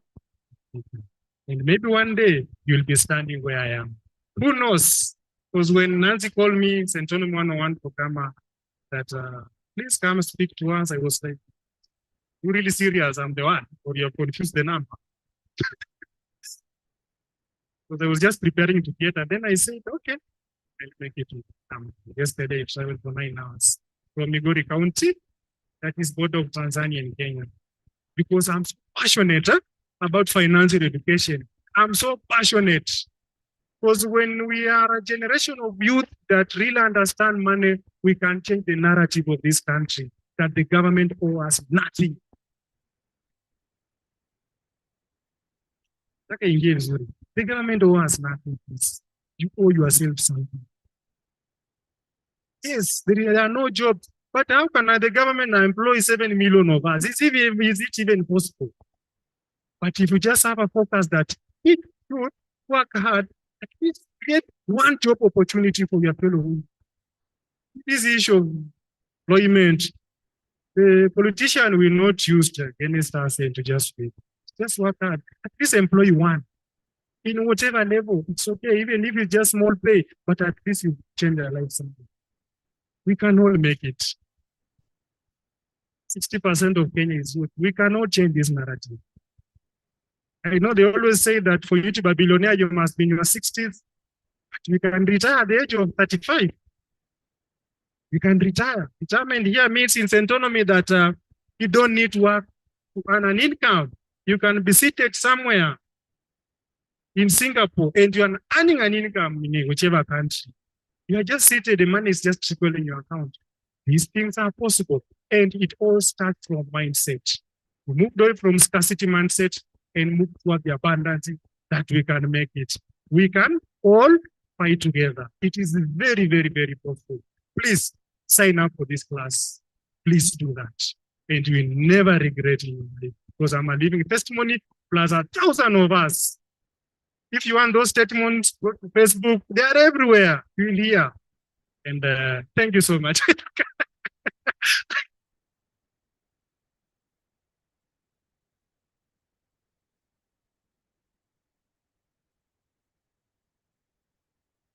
Come on, give Daktari another hand. You know, can we be very honest? Sometimes I told you that sometimes it's the difficulties that change us as well. And difficulties changed us at Centonomy. We had been toying with this whole idea of let's go online, let's use some of these different materials that are there. And we never actually did until COVID shut down our classes. And then we opened online. And now what has happened is that we're able to be dealing with people at the border of Kenya and Uganda, with people in Australia, with people in the US who are watching with us right now from that same place. We're helping people around the world. And let me tell you the difference it makes to be in a classroom with people in a different perspective. Because you will hear something you have never heard before. You hear what people are doing in the different investment groups that we put you into. And that's the difference that we can make. Can we give Daktari another hand? Thank you so much. Ladies and gentlemen, he's done my case for me. I don't have to tell you anymore. We have an intentional program. And I celebrate you, Waceke, because putting together a program like this that has transformed thousands of lives, as he said, in a practical way. Hey, Daktari, I'm also a student of Centonomy, right? And I always say when I came into the Centonomy class, I was a tenant, and after the class, I became a landlord. No, not immediately after, a few more years after that now. But the program allowed me to get into that same space. And you've listened to all of that. And so we run the program, We run the program for 12 weeks. It's starting next month on the 1st of February. That's a great place for us to begin. The fee is 48,500 because you have shown up today for the open day. And so we've given you a 1,000 shilling discount on registration for all of us. So make that adjustment today. Make the payment today so that you can get that discount on the registration fee. Now, how does this work? We're going to go for 12 weeks. And as I said, it is a practical program, just the way Daktari mentioned it. We start off with understanding how money works. So get our money mentality right. Because once you have that right, then the choices, remember the choices we began this session with, become much clearer. But you can't do that until you get that position right. So we spend time doing that. Then we get into this class, time value of money. Because you cannot plan you cannot make plans if you don't know how to plan. And that session begins to give you an idea. Okay, I want my child to go to university in the next 7 years. How much will it cost?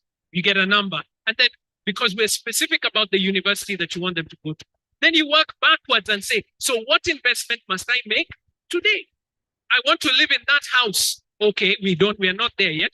Good. How much does that house cost? Good. How long will it take me to get there? What investment must I do today? I will retire. See, we'll all retire by the grace of God at some point. What will my income be at that point? We spend time in that class doing the calculations. We've got debt management. Now, so many of us are fearful of debt. Others are drowning in debt. Now, you don't want to have an imbalance around the knowledge. So that class empowers you to get out of bad debt and to use debt to leverage and to grow. After that, now we get into living abundantly. Living abundantly, you'll be trained by a life coach because they will help you to make those goals real. Your goals become specific and clear when you're in that same space. And that's what that class is all about. Because now when you have the goals, we get into the investment classes. All those things that Victor was talking about, don't worry. We'll have people like Victor in that class, investment analysts. We have people who are fund managers. We have folks who are going to come and be able to explain how treasury bills work, bonds work, unit trusts. We have a property expert, stock exchange expert. These give you a good holistic view on how investments work. And you can apply that to the various investment classes that you're going to be taking part in. You need the knowledge in order to make the right decisions around your finances in that same way. After that, we get into the protection classes. The protection classes, as Daktari mentioned a few minutes ago, we understand that insurance is vital for those risks that you can be able to insure against. we also talk about estate planning. And estate planning is not just about when you die. No, it's about how do you organize your wealth even today for the future that you want. And these are being taught by industry experts, an estate planning lawyer, an insurance expert who's going to take you through that. And then we talk about taxes. Hey, we need to talk about taxes, right? Pay your taxes, but you don't have to pay more than you should. How do we become more tax efficient?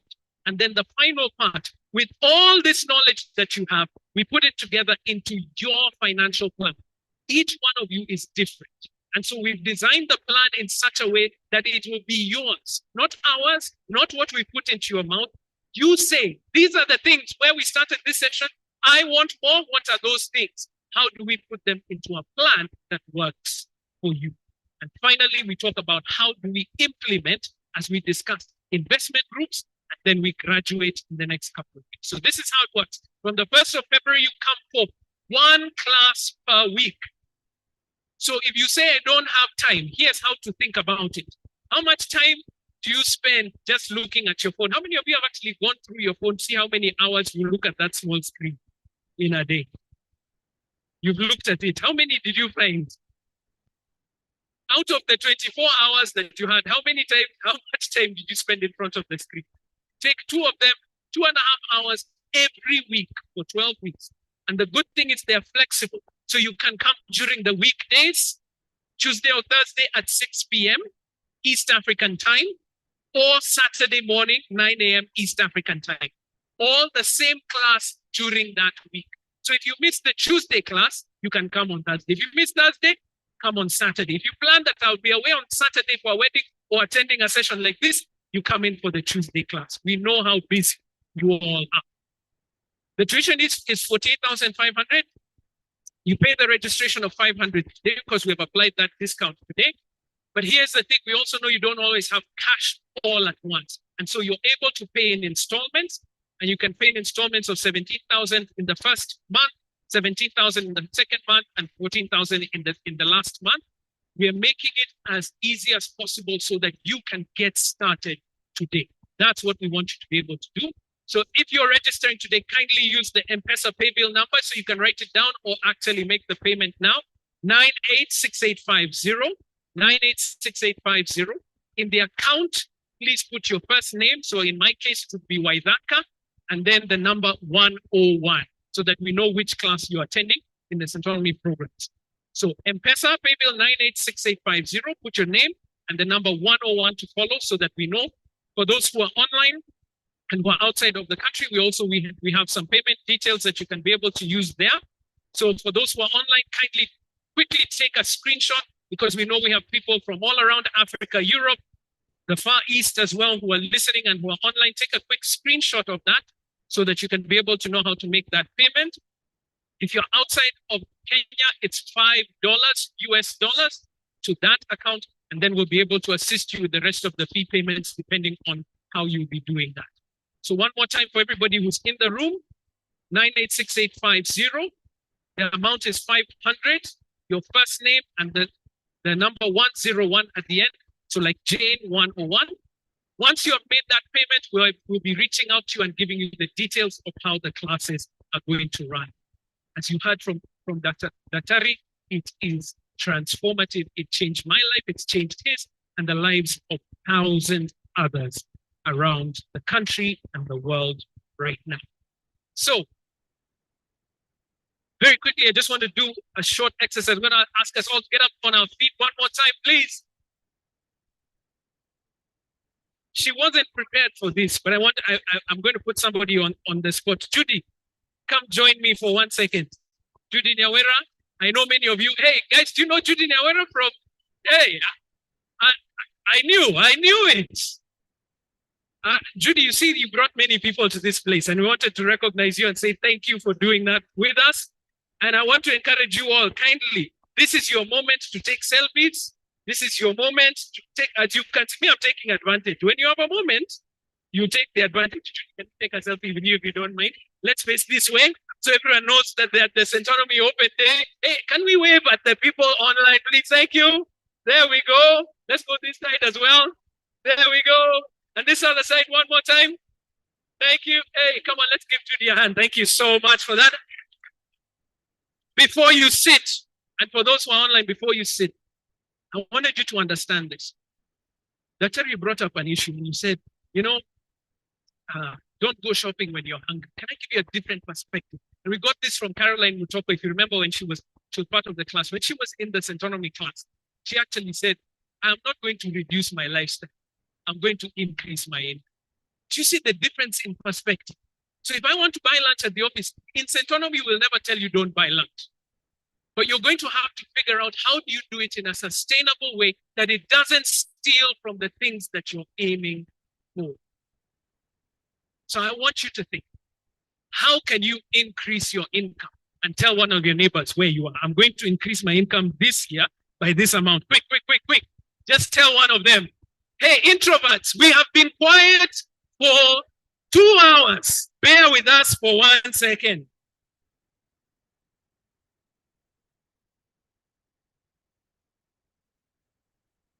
I had to get the extrovert energy out. It's in the room. Okay. How are you going to increase your income this year? Tell them. Oh, all the introverts just like, boy, give me 2 hours to think. I'll come back with a report.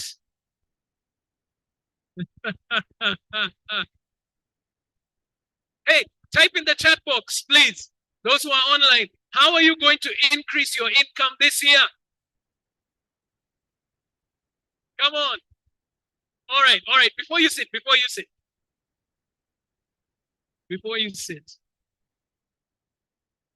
I told you, introverts, I gave you enough time. We have to get some of the energy out as we go along. We are keeping on getting you to stand because I tell you it will not be easy. But guess what? It is extremely rewarding. And you enjoy the journey when you come on it with a purpose. By the way, you plan for that holiday and there's a joy as you put aside that cash. It's coming.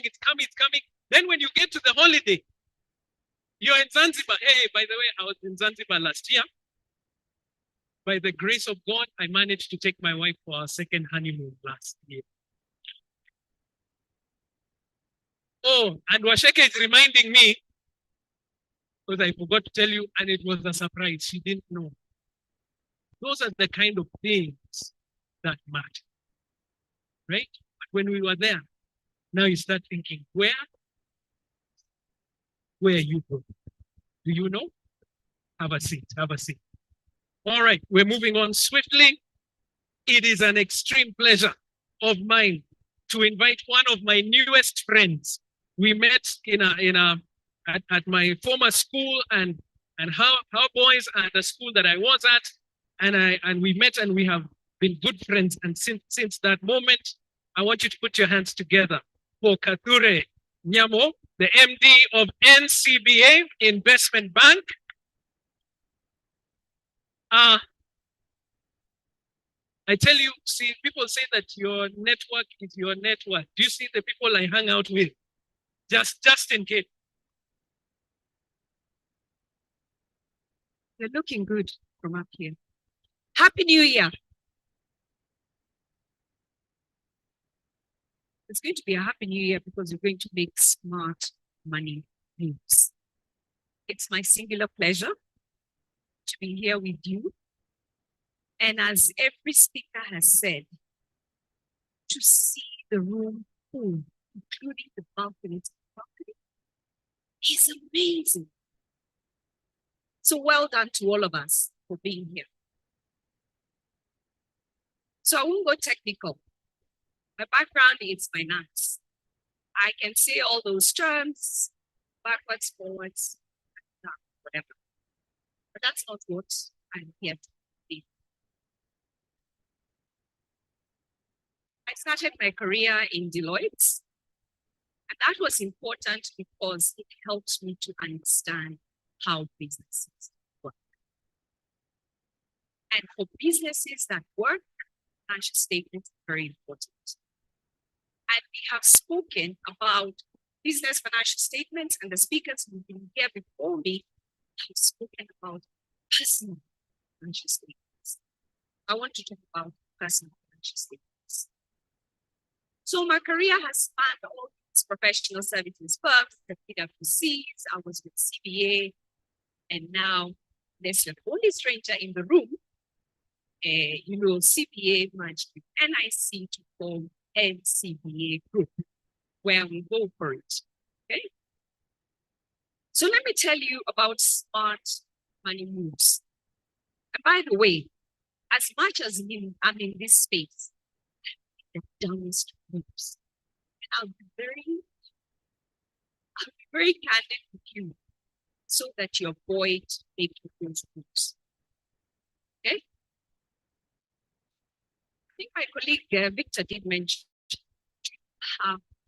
actually took notes on that model. What did you call it again? SOSTA. Exactly. And make notes.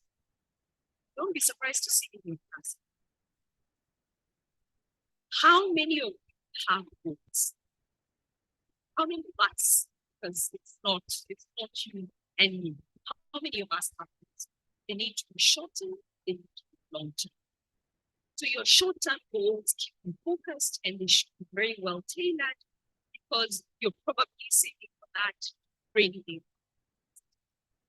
But your investment, your long-term goals, passion around investment.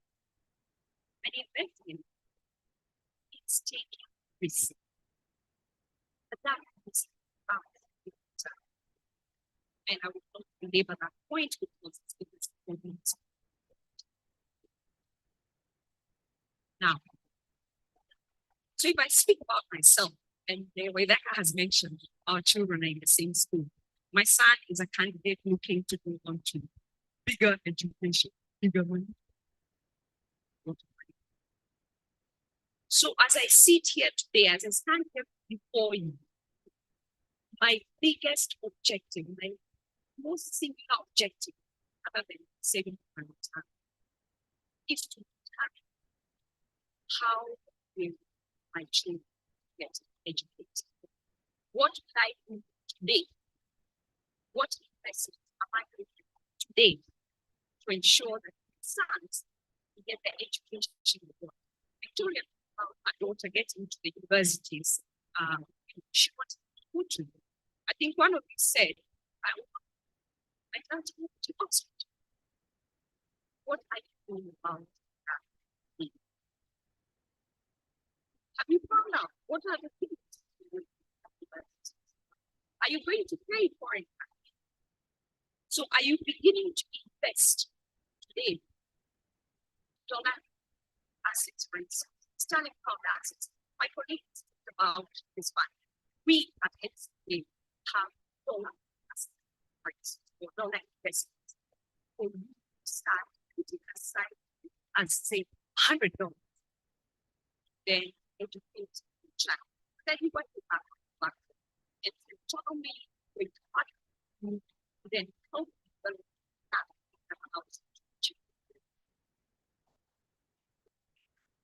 age matters. Age matters. And this is because when we are younger, and I'm saying that people in the room, please don't make things like it. My first salary was 24,000 shillings. I never seen such money in my entire life. But when I got it, what did I do? Tailing. That's that. I think the first salary I took from remember Kani? Yeah, Kani. You spent 5,000 shillings. How much did they say? Tell you I was earning 24,000. That's Jakarta. And I did hand out. And today, if I had put aside 1,000 shillings, my colleagues have talked about compounding 1,000 shillings. So simple metrics say there's a rule of 72. That tells you how long it will take you double your money. Specificity. And there are all these. So if you put aside how cheap in 500 shillings, if I hold that,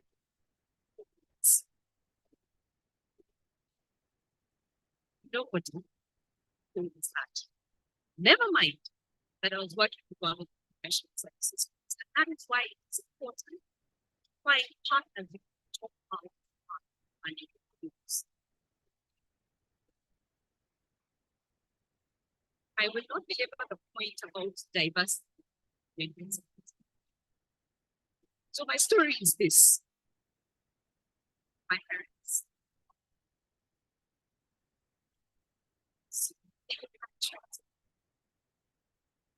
But actually, months ago, my dad broke up.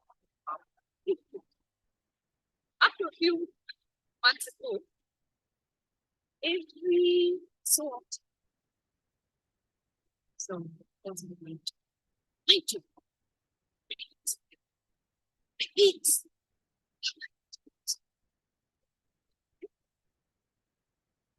actually what Kathure was saying, how you manage everybody around you. I have my parents to be but there had to come a point in time when we have to put some discipline around conflict. Oh, sorry. Can you hear me better? I'm sorry. Yeah. So what I did, because that's what I do every day, is I help people with structure and wealth. And I help people grow, accumulate, and manage their wealth. So I sat down with my folks and said, guys, it's not enough for you to have all this land. And every so often, I have to be the one buying big food. That will not happen. I hope my parents don't want to hear this, but I'm making it as real and being as vulnerable with you because I know somebody is in that situation. Okay? And I said, can we restructure the portfolio? And the first thing I did, actually, I helped them charity some assets, some land assets. And I helped them sell.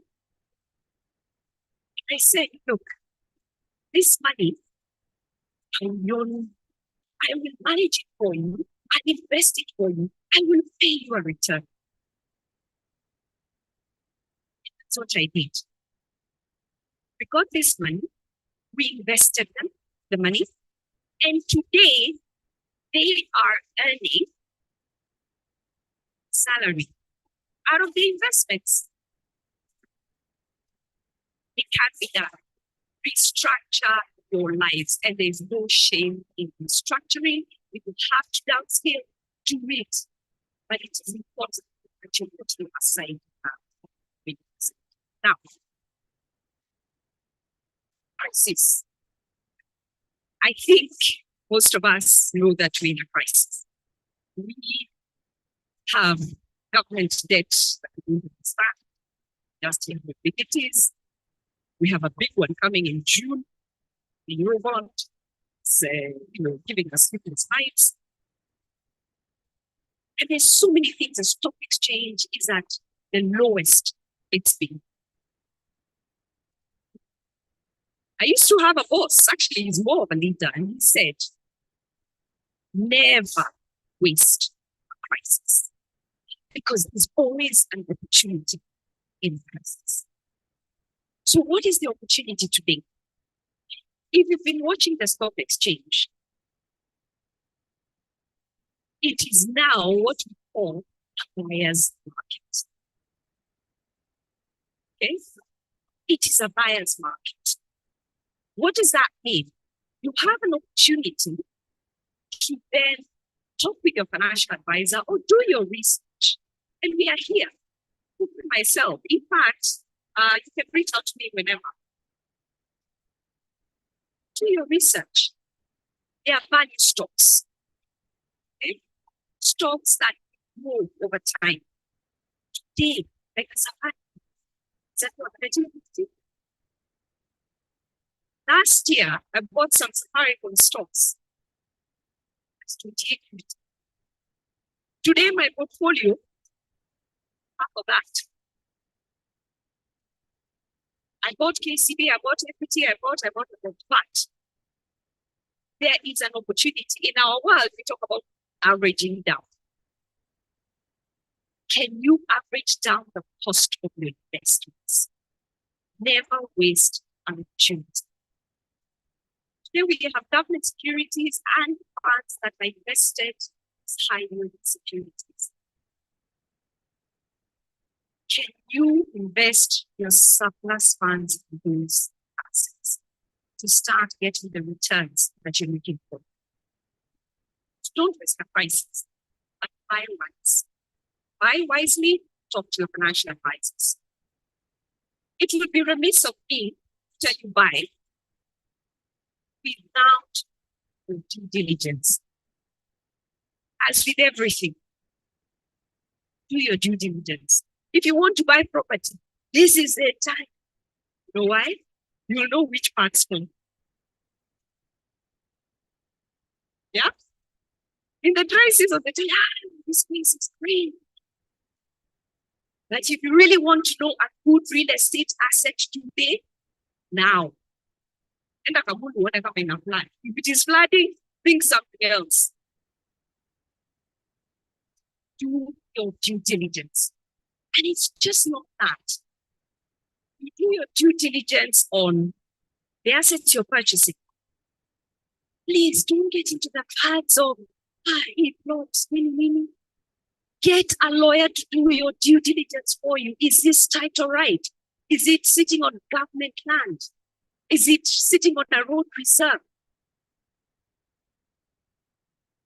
If you don't do it, you probably spend 20, 30, 40, whatever the rate is.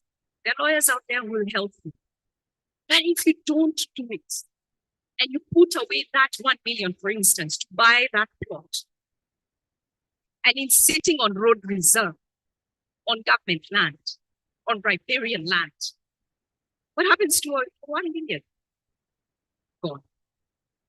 Do your due diligence, please, for all your needs. And not only that, do your due diligence on even providers of those assets. Please understand, who is NCBA Investment Bank? My colleague talked about his fund. Do your due diligence. Please understand, where are these funds invested? Where is the return coming from? If you're in Bitcoin, for goodness sake, yeah? I'm in the financial services space and I cannot tell you what Bitcoin means. I won't invest in it. Because if I can't understand it in the first 2 minutes, I'm done. Okay? So please do your due diligence on the people selling you these assets, on the assets themselves. You will save yourself a lot of tears. Smart money moves. Understand the environment you're in. My colleague talked about inflation. Okay? So today, if you have an investment sitting in a savings account earning you 4%, and you've not been there, there's no withholding tax, there's no other tax. Okay? Inflation today is 6.6%. Are you in the money or out of the money? But are there other investments that can help you beat inflation and make a real return? And I dare say there are. There are. So if I can talk about what we do at NCBA Investment Bank, we have funds that allows you to save as little as 1,000 shillings for the unit trust funds. Today paying you about 12% per annum, and it is compounded. Unless you take out your money or you take out your interest. We have dollar funds that you can invest as little as 100 shillings. So some of you are looking to take your children to school. Perhaps this is the time to start to aside $100 every month to build that kitty. Again, earning you some good returns. I was speaking to Dr. Ari here and I said, you know, your dream is dead and about your hospital. And he said he's 60% there. 60% of his equity, his own money. One of the ways to make smart money moves is to use leverage smartly. The smartest people, the richest people have borrowed wisely and used that money. Because they're rich. Who said, use other people's money. Who said, but use it smartly. So don't over leveraging yourself. There's no skin in the game. You borrowed 100%. At the end of the day, if the bank has financed you 100%, who owns your assets? It's the bank.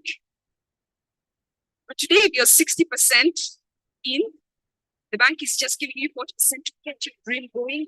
Go right ahead.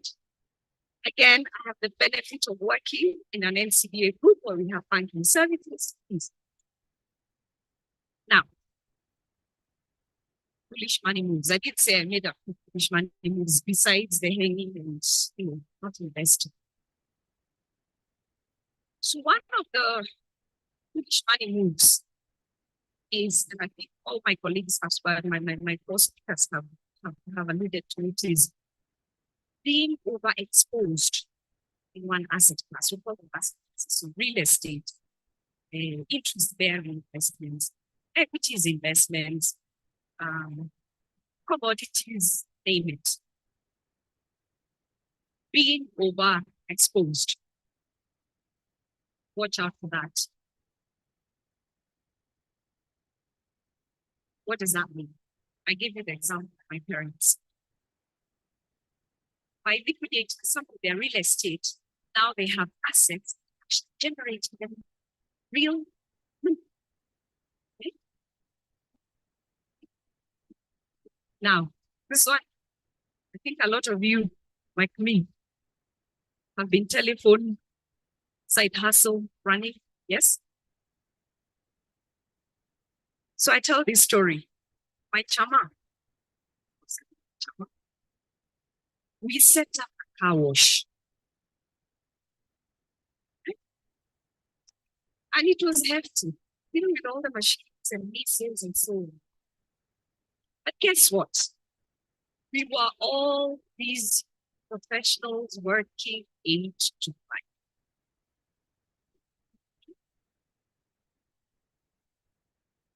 Now, if you run a business like a long distance relationship, unless God has ordained that relationship himself,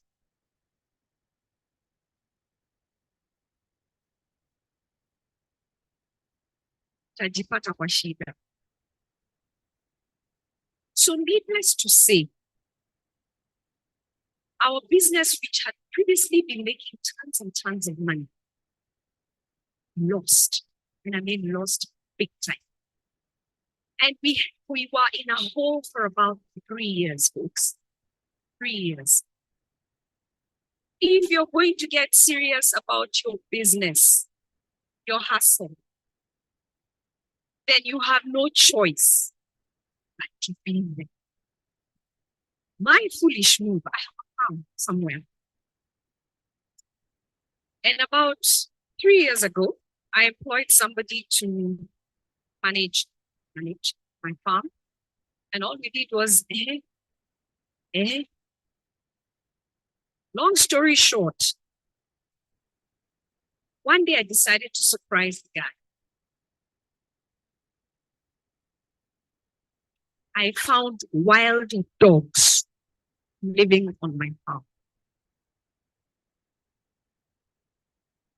And I was paying him a monthly salary. I was ostensibly buying farming seeds, fertilizer.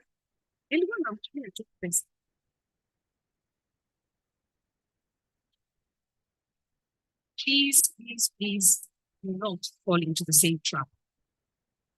If you can't actively run a business, for goodness sake, go passive. Passive means you're investing in investments that are properly managed, in the NCBA, the Mansard, for passive. And that was one of the biggest lessons we learned, even in our Jama. We'd be passive. And we have said we'll be passive until a point comes that somebody is actually there then to run the business. Okay? Types, funds. How many of you have had people say, hey, you give them 4,000 shillings, and then you wait for 6 months, then give it 100,000 shillings? Or you sell this gadget to 400 people in 2 months, you're going to get 500,000 shillings. It's crazy. Thanks. Back to my due diligence point. Bad investing, please take care of that. Don't do it because when so is doing it. Do your due diligence. So let me move quickly to where I see potential for you to consider. Okay? For sure. Let's talk partners. Talk to your financial advisors and see what assets to buy. And for the young folk and everybody else here, if you're gambling,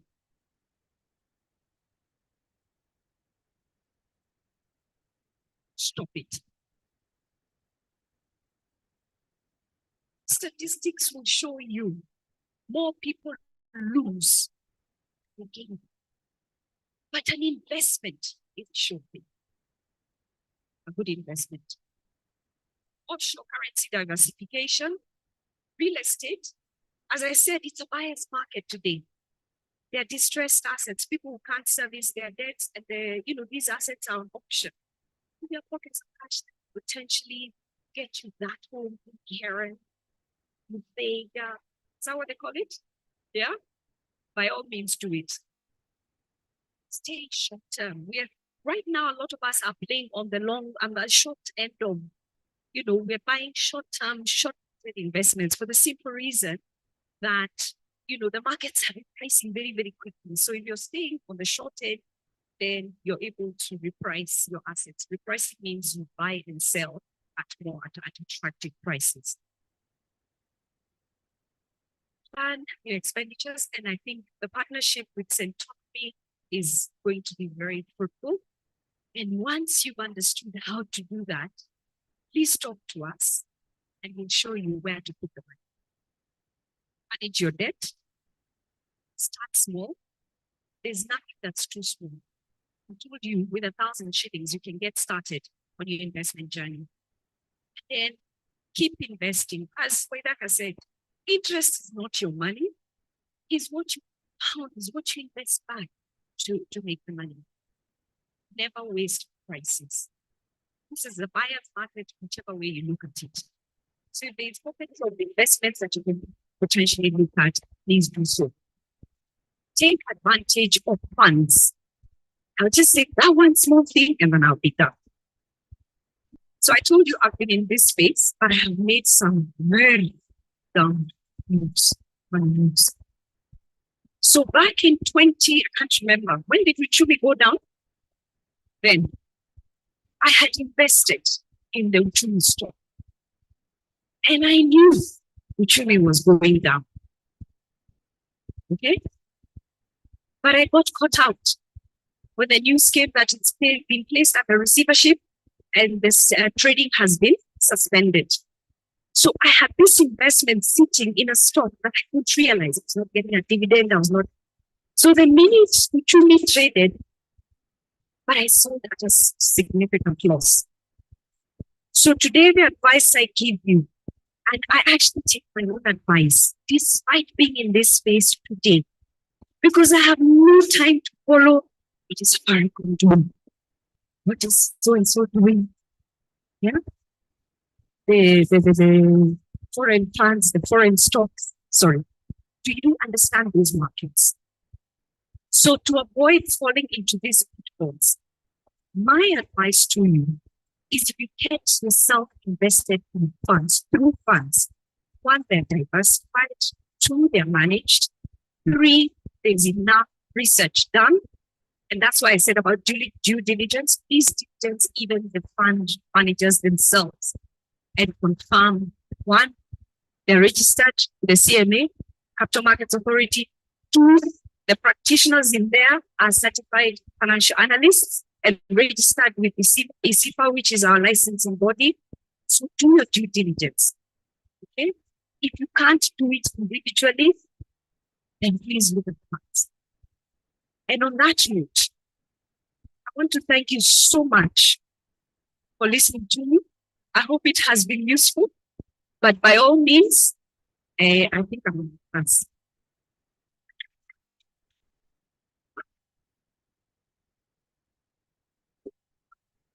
Sorry. If you want to get in touch with us, please write this email down. NCBA Investment Bank at ncbagroup.com. Thank you very much. Can we give Kathure another hand? Thank you so much. Hey, I was taking notes. Restructure. It's a buyer's market. Look into property. It's also a buyer's market. Get away from bad investments. Take advantage of funds. And we will help you to understand that. I know we're rushing. There's not much time here. In the class, you will be the experts just like these to take you through 2.5 hours. Okay, explain how the unit trust works again. Okay, where is this? How do I know if it's CMA registered or not? How do you know? That's what we're going to help you with. Okay. It is my extreme pleasure to invite our final speaker for today, the founder of Centonomy. She is an author. She's a teacher. I'm glad to say she's my friend, Waceke Nduati. Good afternoon, everybody. I think you need to clap for yourself for braving the rain and still showing up for yourself. Yeah? I am so honored to be here, and I want to thank everybody who has shown up today because you have shown up, something magical is going to happen in your life, isn't it? Yeah? I want to thank all the speakers. And yes, I'm the founder of Centonomy, but when I sit and listen to people, I always even forget I'm going to come and speak next because I'm so busy taking notes and learning. And I'm like, Kathure was speaking, I was like, I did that, yeah? And I'll just pick up from what she talked about. I don't know, do any of you remember? Some of you may not have been aware of supermarkets when Uchumi was here. Do people remember Uchumi? Now, I used to analyze the stock market at that time. And you know why Uchumi failed? We had seen it way before this receivership. We had seen it, those of us who analyze the stock market, because they misunderstood their core business. Kathure, Naivas, Chandarana do not own property. Uchumi tied up its money owning property. But the business of Uchumi was supermarkets. So that's a totally different business. So they tied up their capital in real estate. So even you, I want you to ask yourself, what is my core business? As a human being, because remember, you are the CEO of your financial life. And the smartest money move you can make is knowing who you are and what you want, and then going for it. When I look back on my life, the mistakes I made were that all mistakes came from not knowing exactly what I want or exactly what my core business is. And with money, what we do is go and follow other people's core business. Your neighbor has decided their core business is owning a Range Rover, you also want a Range Rover. They have decided their core business is always wearing the most fashionable shoes, you want that. They have decided their core business is black tax and funding black tax, you also make it your core business. So what is your core business? And when you look at your money will tell you what your core business is. Where your money is going a lot is your core business. The time we change our core business here and make our core business the right thing. So many times we're not getting to where we want to go because we are so distracted, first by ourselves, then by the noise, what other people are telling us to do. But you have to step into the position of what? What have I just told you? You are the CEO. The other mistake I made in my life is operating in fear. When we operate in fear, we hold back. When you operate in fear, nice things can be said here, but you don't do them. Maybe this is your 20th open day, but you've never taken actual moves. So if it is your 20th open day, I think if we don't claim it this year, something is it. And we build careers, we build money sometimes, and money has ups and downs. We build families, we build businesses, but we continuously get moved by circumstances when we don't really know who we are. We don't have the foundations. And who we are and what we want is not really what we're taught in school. What we're taught in school is what everybody else is doing, correct? So we don't sit to think, what do I want? And then having a strong foundation. And the foundation doesn't come from money, never does.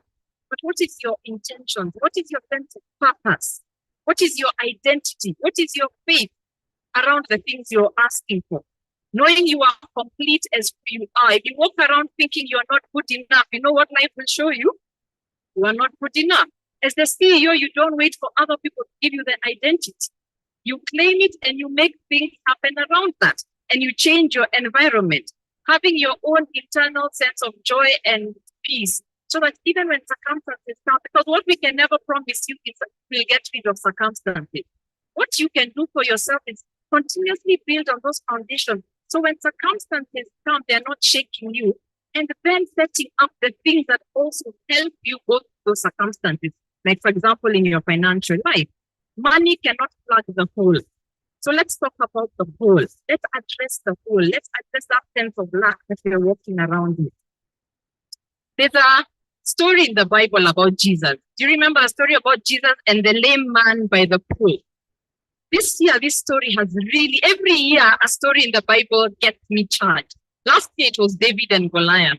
But this year, it's the story about Jesus and the lame man in the pool. And when I read that story, the first thing Jesus asked him is, do you want to get healed?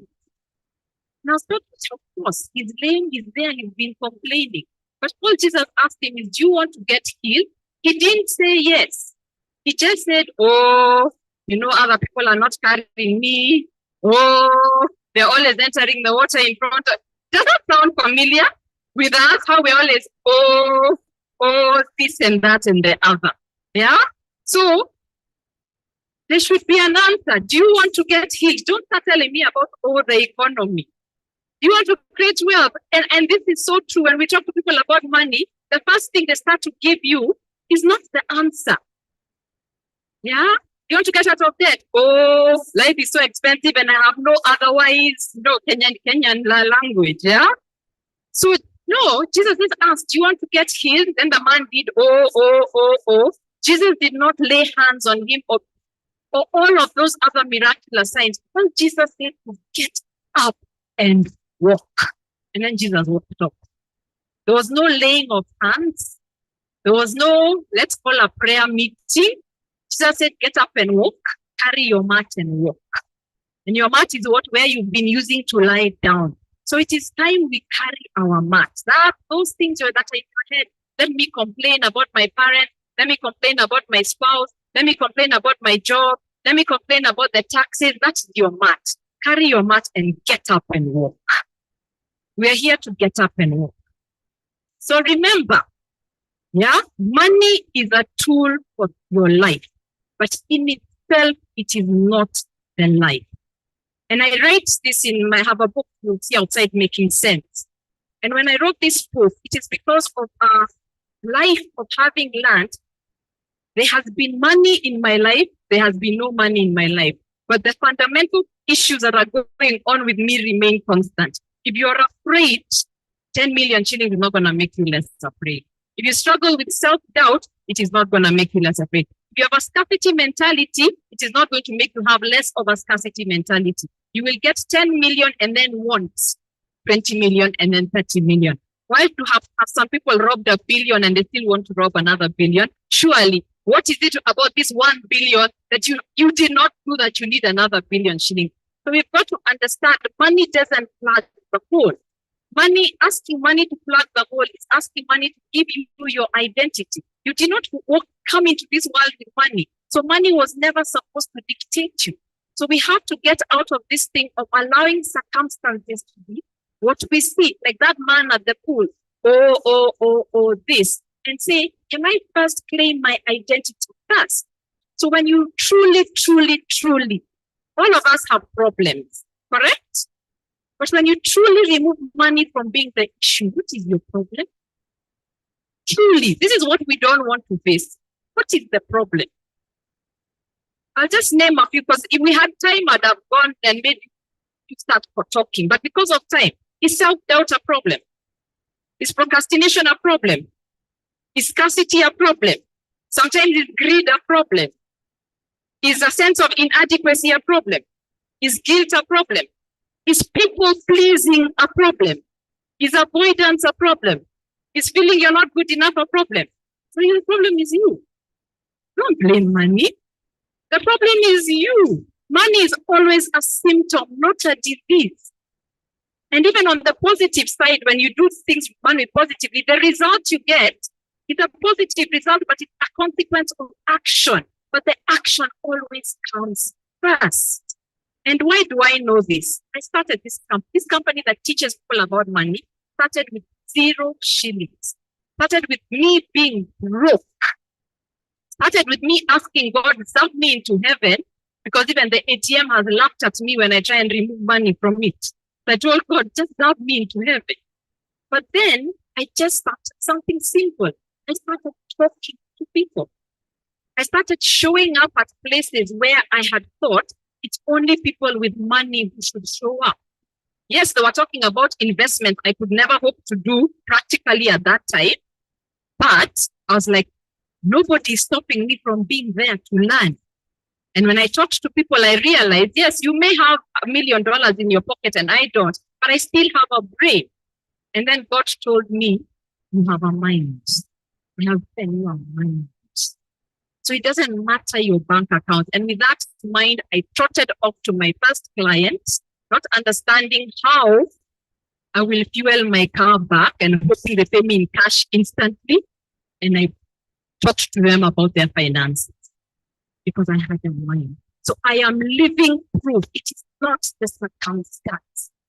If I had waited to have money to be able to give me the confidence to start a company that empowers people about money, you would not be sitting here today.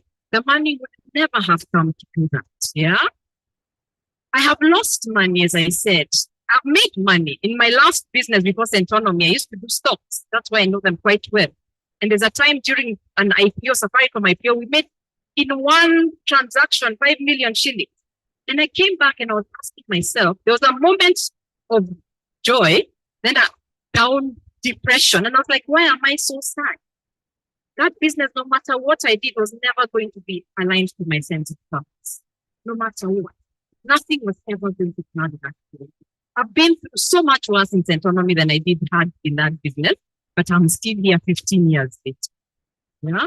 So look, what is that life? What is actually are you waiting for, or do you actually want? But you want money come and be a tool for. Because if you use money just to plug a hole, then you'll need more money and more money and more money. So when you find yourself in cycles, shopping too much, debt too much, spending money to please other people too much, no amount of money is going to solve that problem. So let's look at ourselves.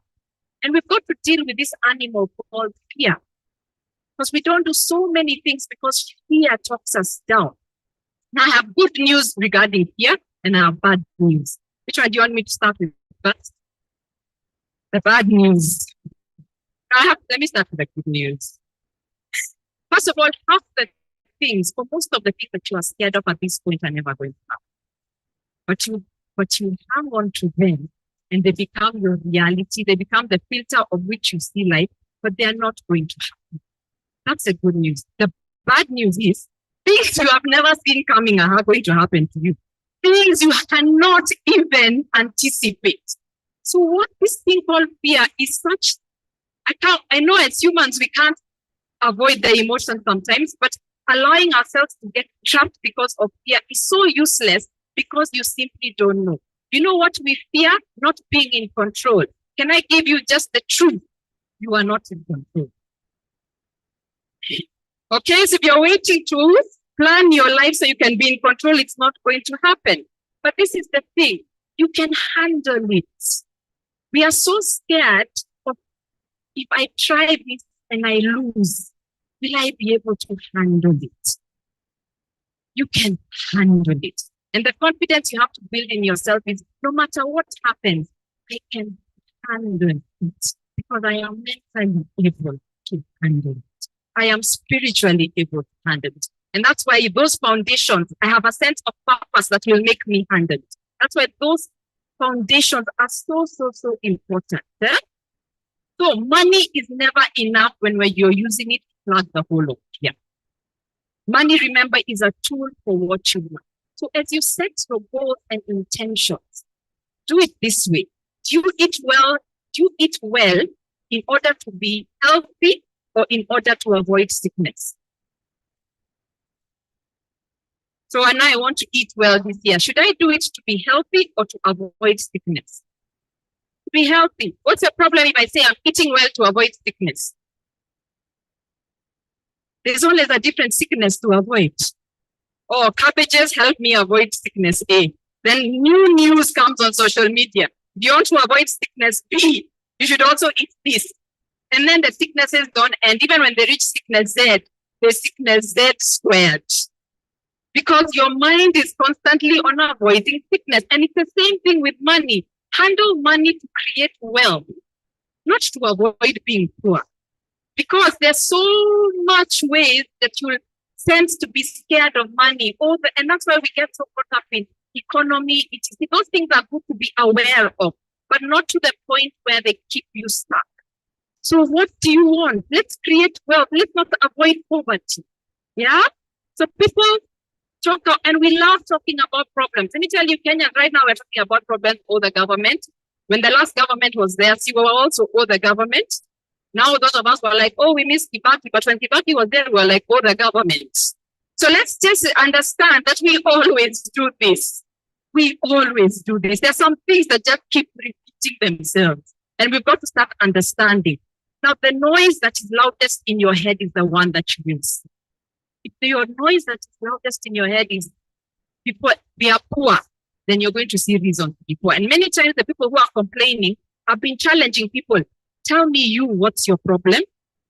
Has everybody been shaken up, comfortized? Yes. But you, oh, your kids are in school. Oh, you have a roof over your head today. Oh, you eat 3 square meals. Please tell me what your problem is exactly. And I've been challenging people. Because the people who make the loudest noise sometimes are the people who have nothing to complain about. But complaining is so comfortable because it relieves you from the responsibility of having to do anything. So, instant gratification. We use instant gratification to appease the noise. Oh, I'm feeling like I'm broke. Let me go get my other friend who likes talking about how broke she or he is. Then we go have coffee, and the 1,000 bob we have becomes 200 bob, and then we complain more about being broke. Can you see how we, yeah? Of course it's not you because you showed up here today in the rain. Of course it's not you. Instant gratification is that feeling that we want just to make ourselves feel good in the moment. And it is addictive. So addictive. We spend in the moment because temporarily you will now, I was with my friend and even me, I was able to buy an expensive meal. In the moment, it feels good, like you're part of a tribe. And then you tell yourself something at some point will happen along the way to make things okay. Yeah? The noise of people pleasing is so strong, you avoid disagreement at all costs. I should invest in shares like Kathure said.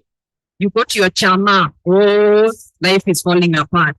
Then you agree with them because you don't want to be the one who disagrees. And money gets used bad because you're avoiding making decisions. Avoiding making decisions is an instant gratification measure because you're cheating yourself. Somehow, if I just keep doing what I'm doing comfortably, somehow life will change. Somehow. Also, convincing yourself to do the cheapest thing to tick the box is also instant gratification. Sometimes you have to spend money. Sometimes we've been challenged. People come and say, oh, Centonomy, you're expensive. There's this person around the corner who's offering this and it's cheaper than you. Okay, you go for that one. Us guys are after the people who actually are purposeful and want to create wealth. because it may look expensive in the moment, but just look at what you spend on certain things in the year and compare that with 48,000 shillings. I know some of you here, you're here even last night you spent it. Even over Christmas you spent it. The barman has completely benefited from you. Him is buying properties based on your bill. Yeah? You will pay insurance on a car, but will not insure our financial security. Then you're wondering why you're not financially secure. You thought it would come without you spending some money. So I'm going to ask you, is what you want bigger than the fear? Is what you want bigger than the comfort? You know, and if it's not, you don't want it enough. But again, that's not you, because you showed up. So whenever fear has overtaken you, ask yourself, or go back to looking at what do you want? And if you can do this, put pictures somewhere, even on your phone, where you instead of Instagram, look at those pictures first thing in the morning, pictures that tell you, this is what I'm going on. This is the house I want. This is the life I want. And they are there visually. So even in your day, you're remembering what you want, not what you don't want. Focus on what you want. How have you contributed to your problem? There are no victims here. Things just don't happen to you. There's no getting around issues around yourself. And in Centonomy, we go through money in relationships because we have understood this is where a lot of issues around money and problems around money surface. You know what I've learned? Everybody thinks it's somebody else's fault. Can I give you the math? That is what everybody thinks. I've had meetings with a husband and listen to his story. I've had meetings with a wife. Then I'm like, yeah, everybody thinks it's somebody else's fault. Everybody comes to the table with a problem. You are also at fault when you're agreeable to what should never have been agreed to in the first place, or you did not speak up or put boundaries. You are at fault when you're projecting your own sense of inadequacy on somebody else. So leave about money and relationship. What about you? You know, whatever is going on in your life, do you know who was the main participant there? One, you. You are the main participant, meaning you are probably the main contributor. And it is so hard to look at life this way because we never want to look at ourselves. And this is what I've learned. I'm in my 40s now and I can look way into my 40s and I can look at life backwards. How you talk, how you think, and how you act have to talk the same language. You can't talk, I want to conquer the world, and then you're acting something different. It's going to collapse. So just investigate yourself. How have I been talking? I'm broke. Surprise! Yeah. What are you've been thinking, and are you challenging yourself to change the way you think? And that's why our mission is changing, transforming mindsets fast. There's nothing we can't do without a transformed mind. There's nothing a transformed mind cannot do. And then how you act. You have made choices that have contributed to your success in life. But please understand, you have also made choices that have contributed to what? Your failures. And I think when you sit and so have I, and I think all, like Kathure was saying, so has she, there's nobody who has not done that. But what I now know is the people who don't agree to admit that where I am today, there's success, there's failure, but it is me who made choices that got me to go. So what if you started making choices that align more to the success? Then now my last point, what do you want?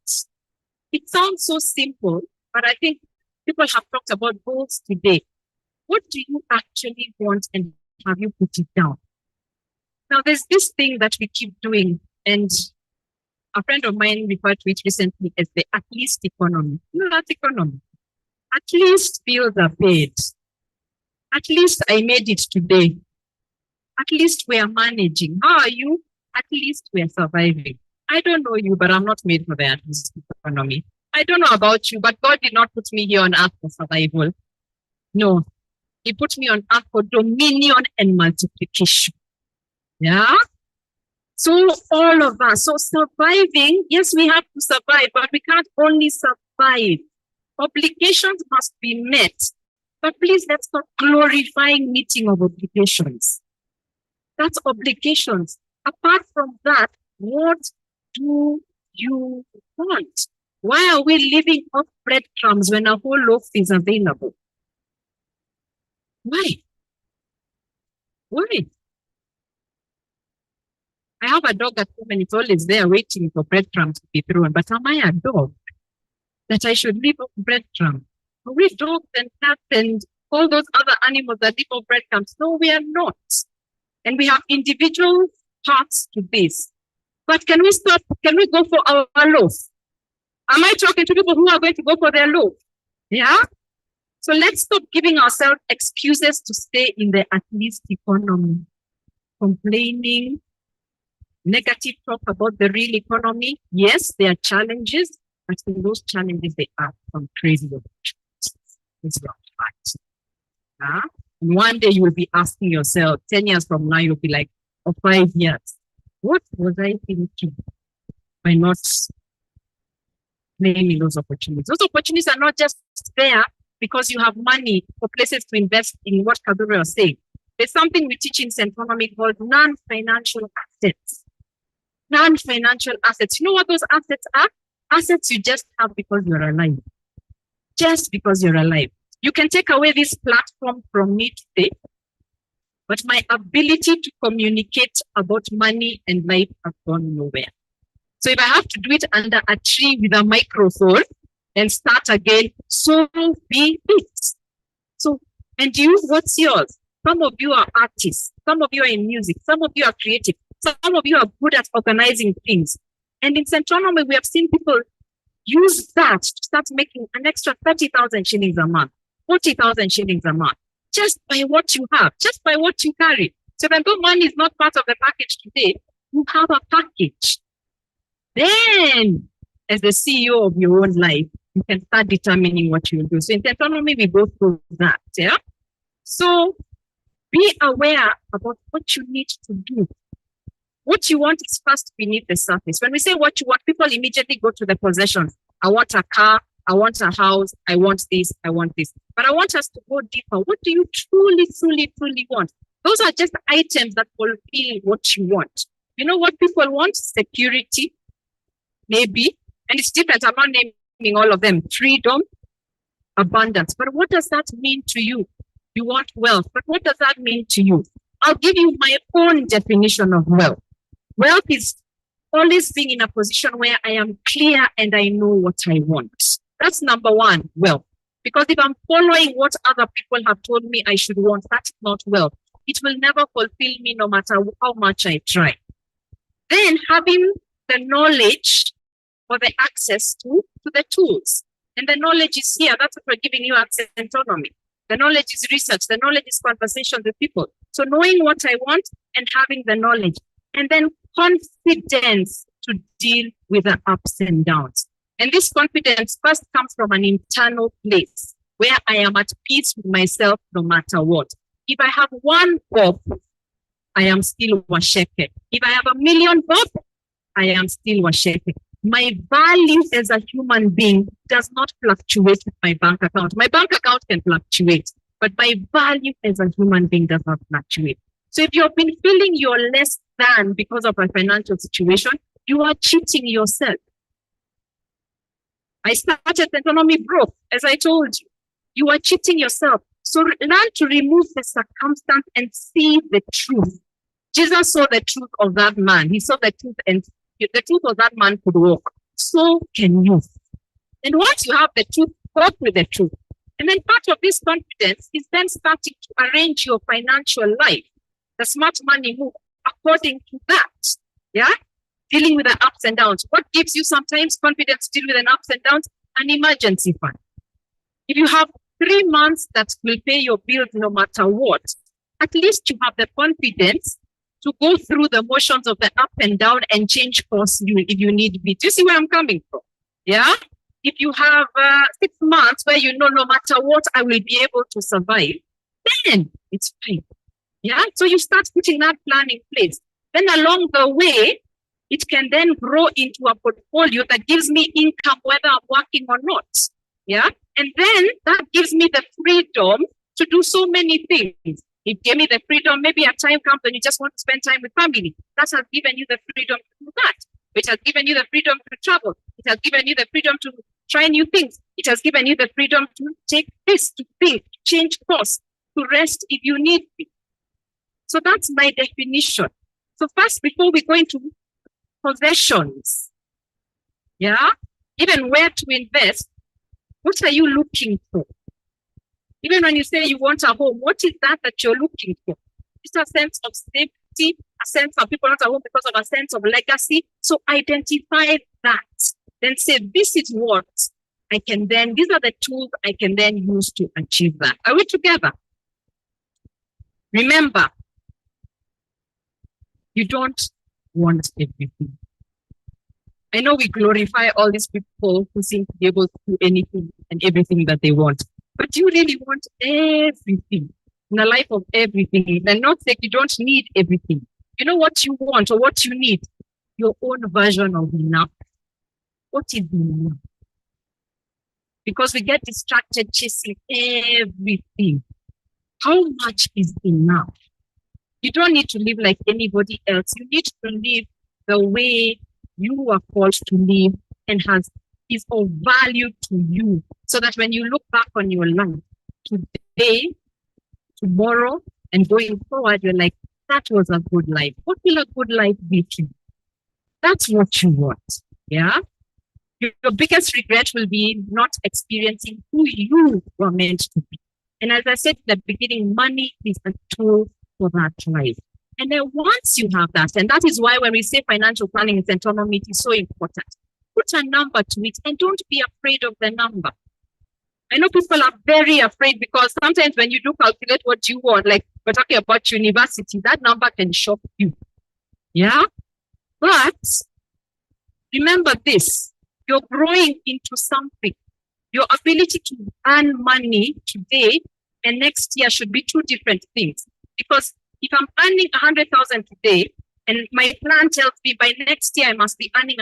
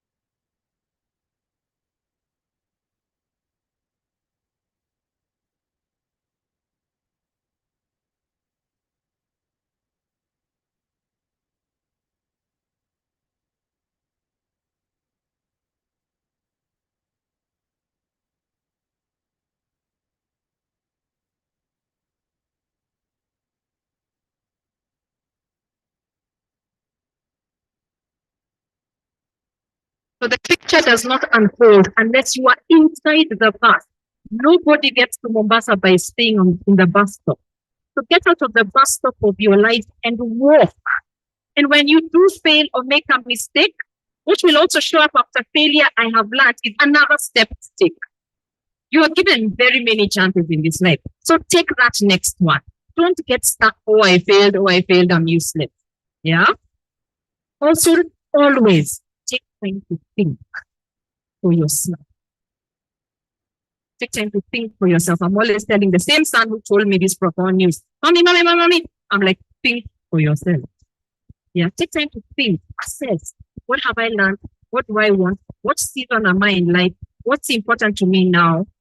And then when another season unfolds, take time to think again, whether it's thinking 10 minutes before you start your day, whether it's an hour a week, whether it's taking an afternoon a month, whatever formula works for you, take time to think.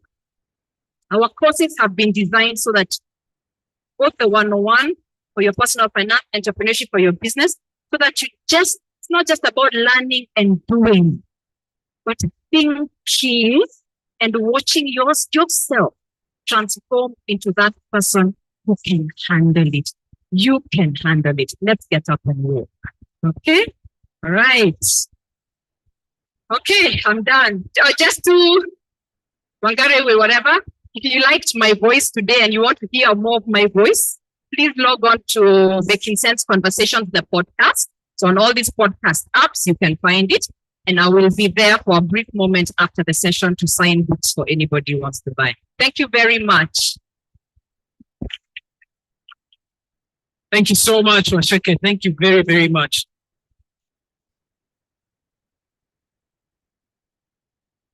So one more time, classes start on the 1st of February for those who are online. I just wanted to mention to you, because I know we have people in different places around the world, please, if you don't mind, those who are online in the chat box, whether you're on Zoom or you're on YouTube, kindly just type in the chat box where you are in the world. We'd love to know where you are. And from wherever you are in the world, we have the payment option through the bank, but we also have a PayPal option, which will be written in the chat box that is there for us as well. Classes start, as I mentioned, 1st of February, so make that commitment today. We have weekday classes, Tuesday or Thursday evenings. We know we're busy, we have lights, but it's 1 day a week, 1 class per week. So you either come on Tuesday or Thursday or Saturday, not all of them, one of them. And so if you miss the Tuesday class, you're welcome in the Thursday. If you miss Thursday, welcome in Saturday, and you can plan your life around this. Saturday, it's in the morning, 9 a.m. East African time. And as we said, there's the payment plan that we have been able to give on that. I want to make a request. Ask and you shall receive, right? Isn't that what we've been taught? So I'm going to ask. If you are not following us on social media, please do. You can go to all the social media there. We're on LinkedIn, we're on Instagram, Facebook, X. Which other one have I missed? We're on TikTok as well. So even on TikTok, you will learn something from Centonomy as well. Please do follow us on social media today. That would be great. We've got lots of free material available on our programs, so you can be able to get that there. Next week, because you are in this journey of growth, for those of you who are building businesses, and business is the thing that you want to be in, we have an event. It will be at the National Museums of Kenya next Saturday at 9 a.m. Actually, we'll be starting just after 9 so that we can have a little bit of breakfast, but we'll be talking about how to build a business. It is a different skill set from your financial planning.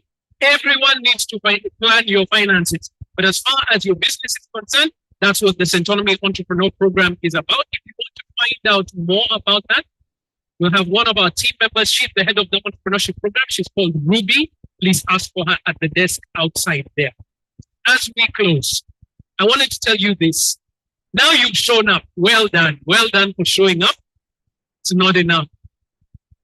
Hey, I can go to a swimming pool and be told, so this is how you swim. Okay? Put one hand in front of the other. You kick your legs at the same time. Make sure you breathe. Okay? Because you need to breathe while you're underwater. How many of you with such instruction would be very willing to jump into the water? Anyone? No, because it is not sufficient. We want to train and coach you on this journey through the 101 program. It's not enough. And by the way, please get in the game. If you talk to the teams from NCBA, the teams from SIB, they'll tell you this. Listen to this statistic, Kenyans, Africans. Sebastian, put the camera on me so also they see me. Just give the camera to me. Sebastian, if you don't mind, thank you, so they can see. Thank you.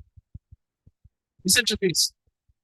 When you have a stock exchange here in Africa, Nairobi Securities Exchange, and you have over 50% of the transactions being done by foreign, what does that mean? We are not in the game. So get in the game. We can't be sitting back and saying, oh, wealth is being built if we're not in the game. And you get in the game by participating. Now, is there any guarantee that every single investment that you're going to make is going to be perfect? No, you're not perfect. But guess what? As you practice, you become better. There's nothing, hey, you'll start and you'll be useless at it, by the way. It's okay. But with a little bit of training that will come through the program, you'll be better than you were without it. And then what makes the difference is when we begin to make it a practice. So even the habit of coming into class becomes a practice. How many of us actually think about our finances on a daily basis? Very few of us. But when you're in class, week after week after week, thinking about it, it begins to open opportunities you have never seen before. So well done for showing up today, but that's not enough. Show up for your life. That's where the change is going to happen. And so one more time. Starts on the 1st of February. You can make the first payment today, just 500 shillings. M-Pesa 986850. Put your name and the number 101, for example, Jade 101.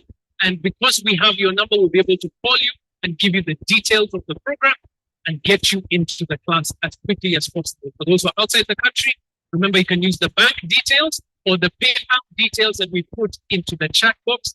What I'm trying to do is to get you to make that decision. You see, if you make that step, it gets you in the right position, right? So that's where we want to start this year of 2024 as. It's going to be a life-changing year for all of you. I need your help with just one more thing before we leave. We're done.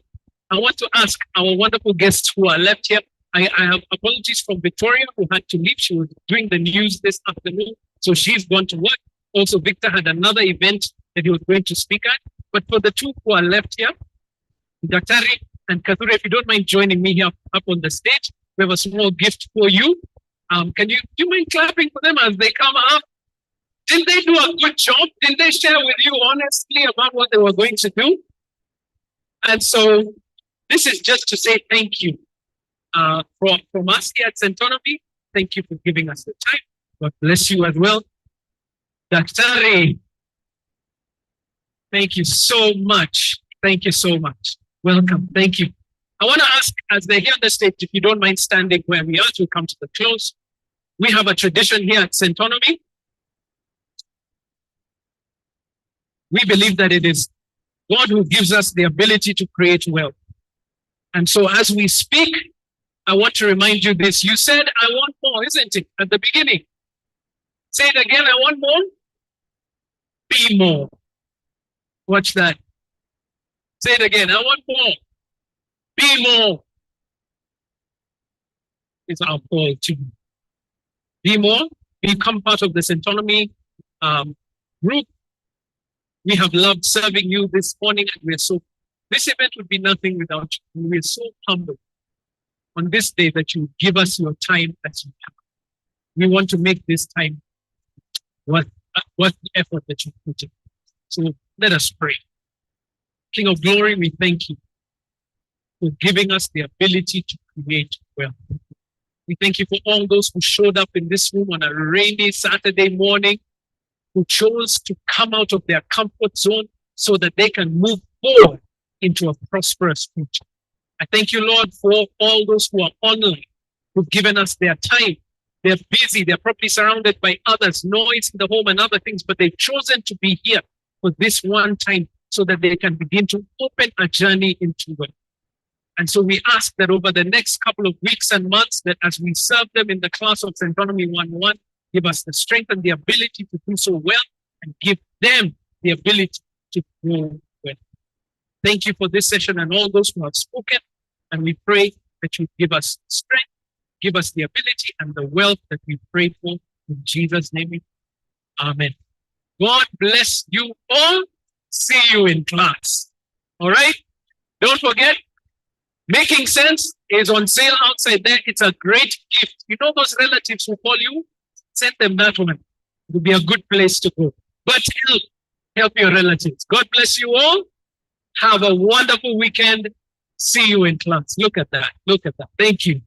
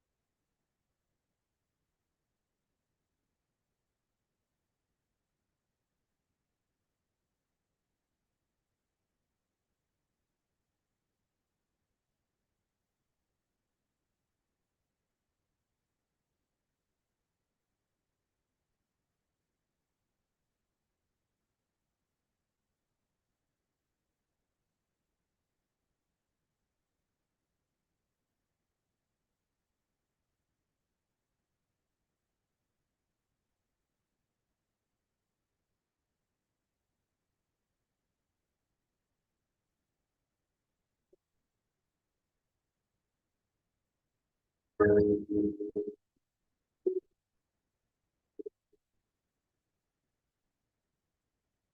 so much for me. I cannot tell it all.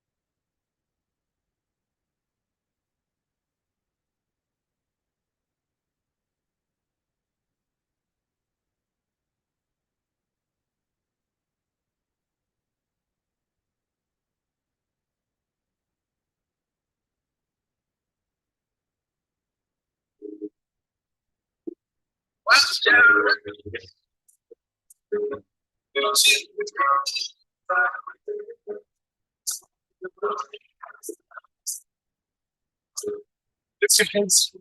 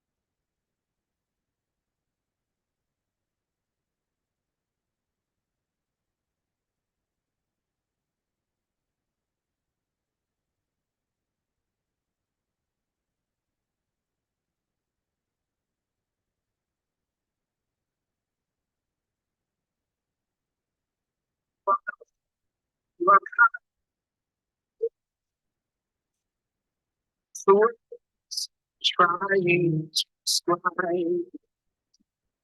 Elohim, Elohim, they say me.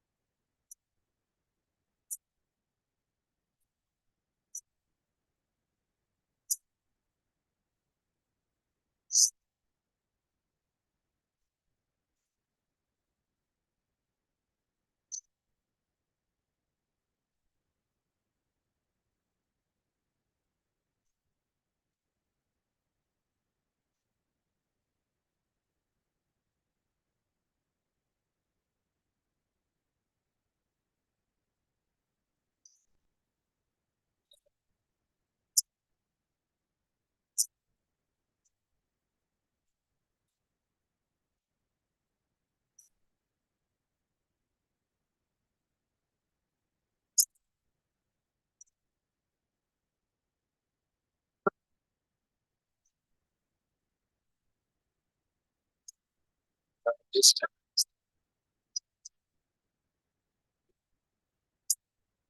Did you hear me? First of all, you go with that.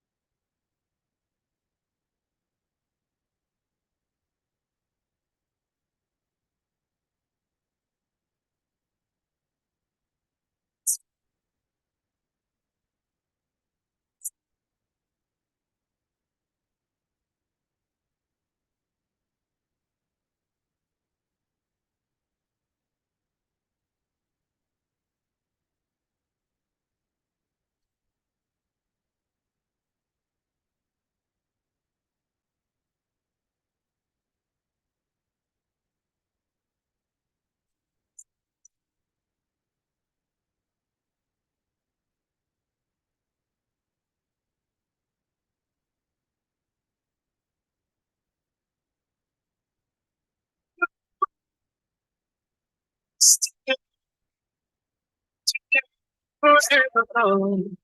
What you say is what you do.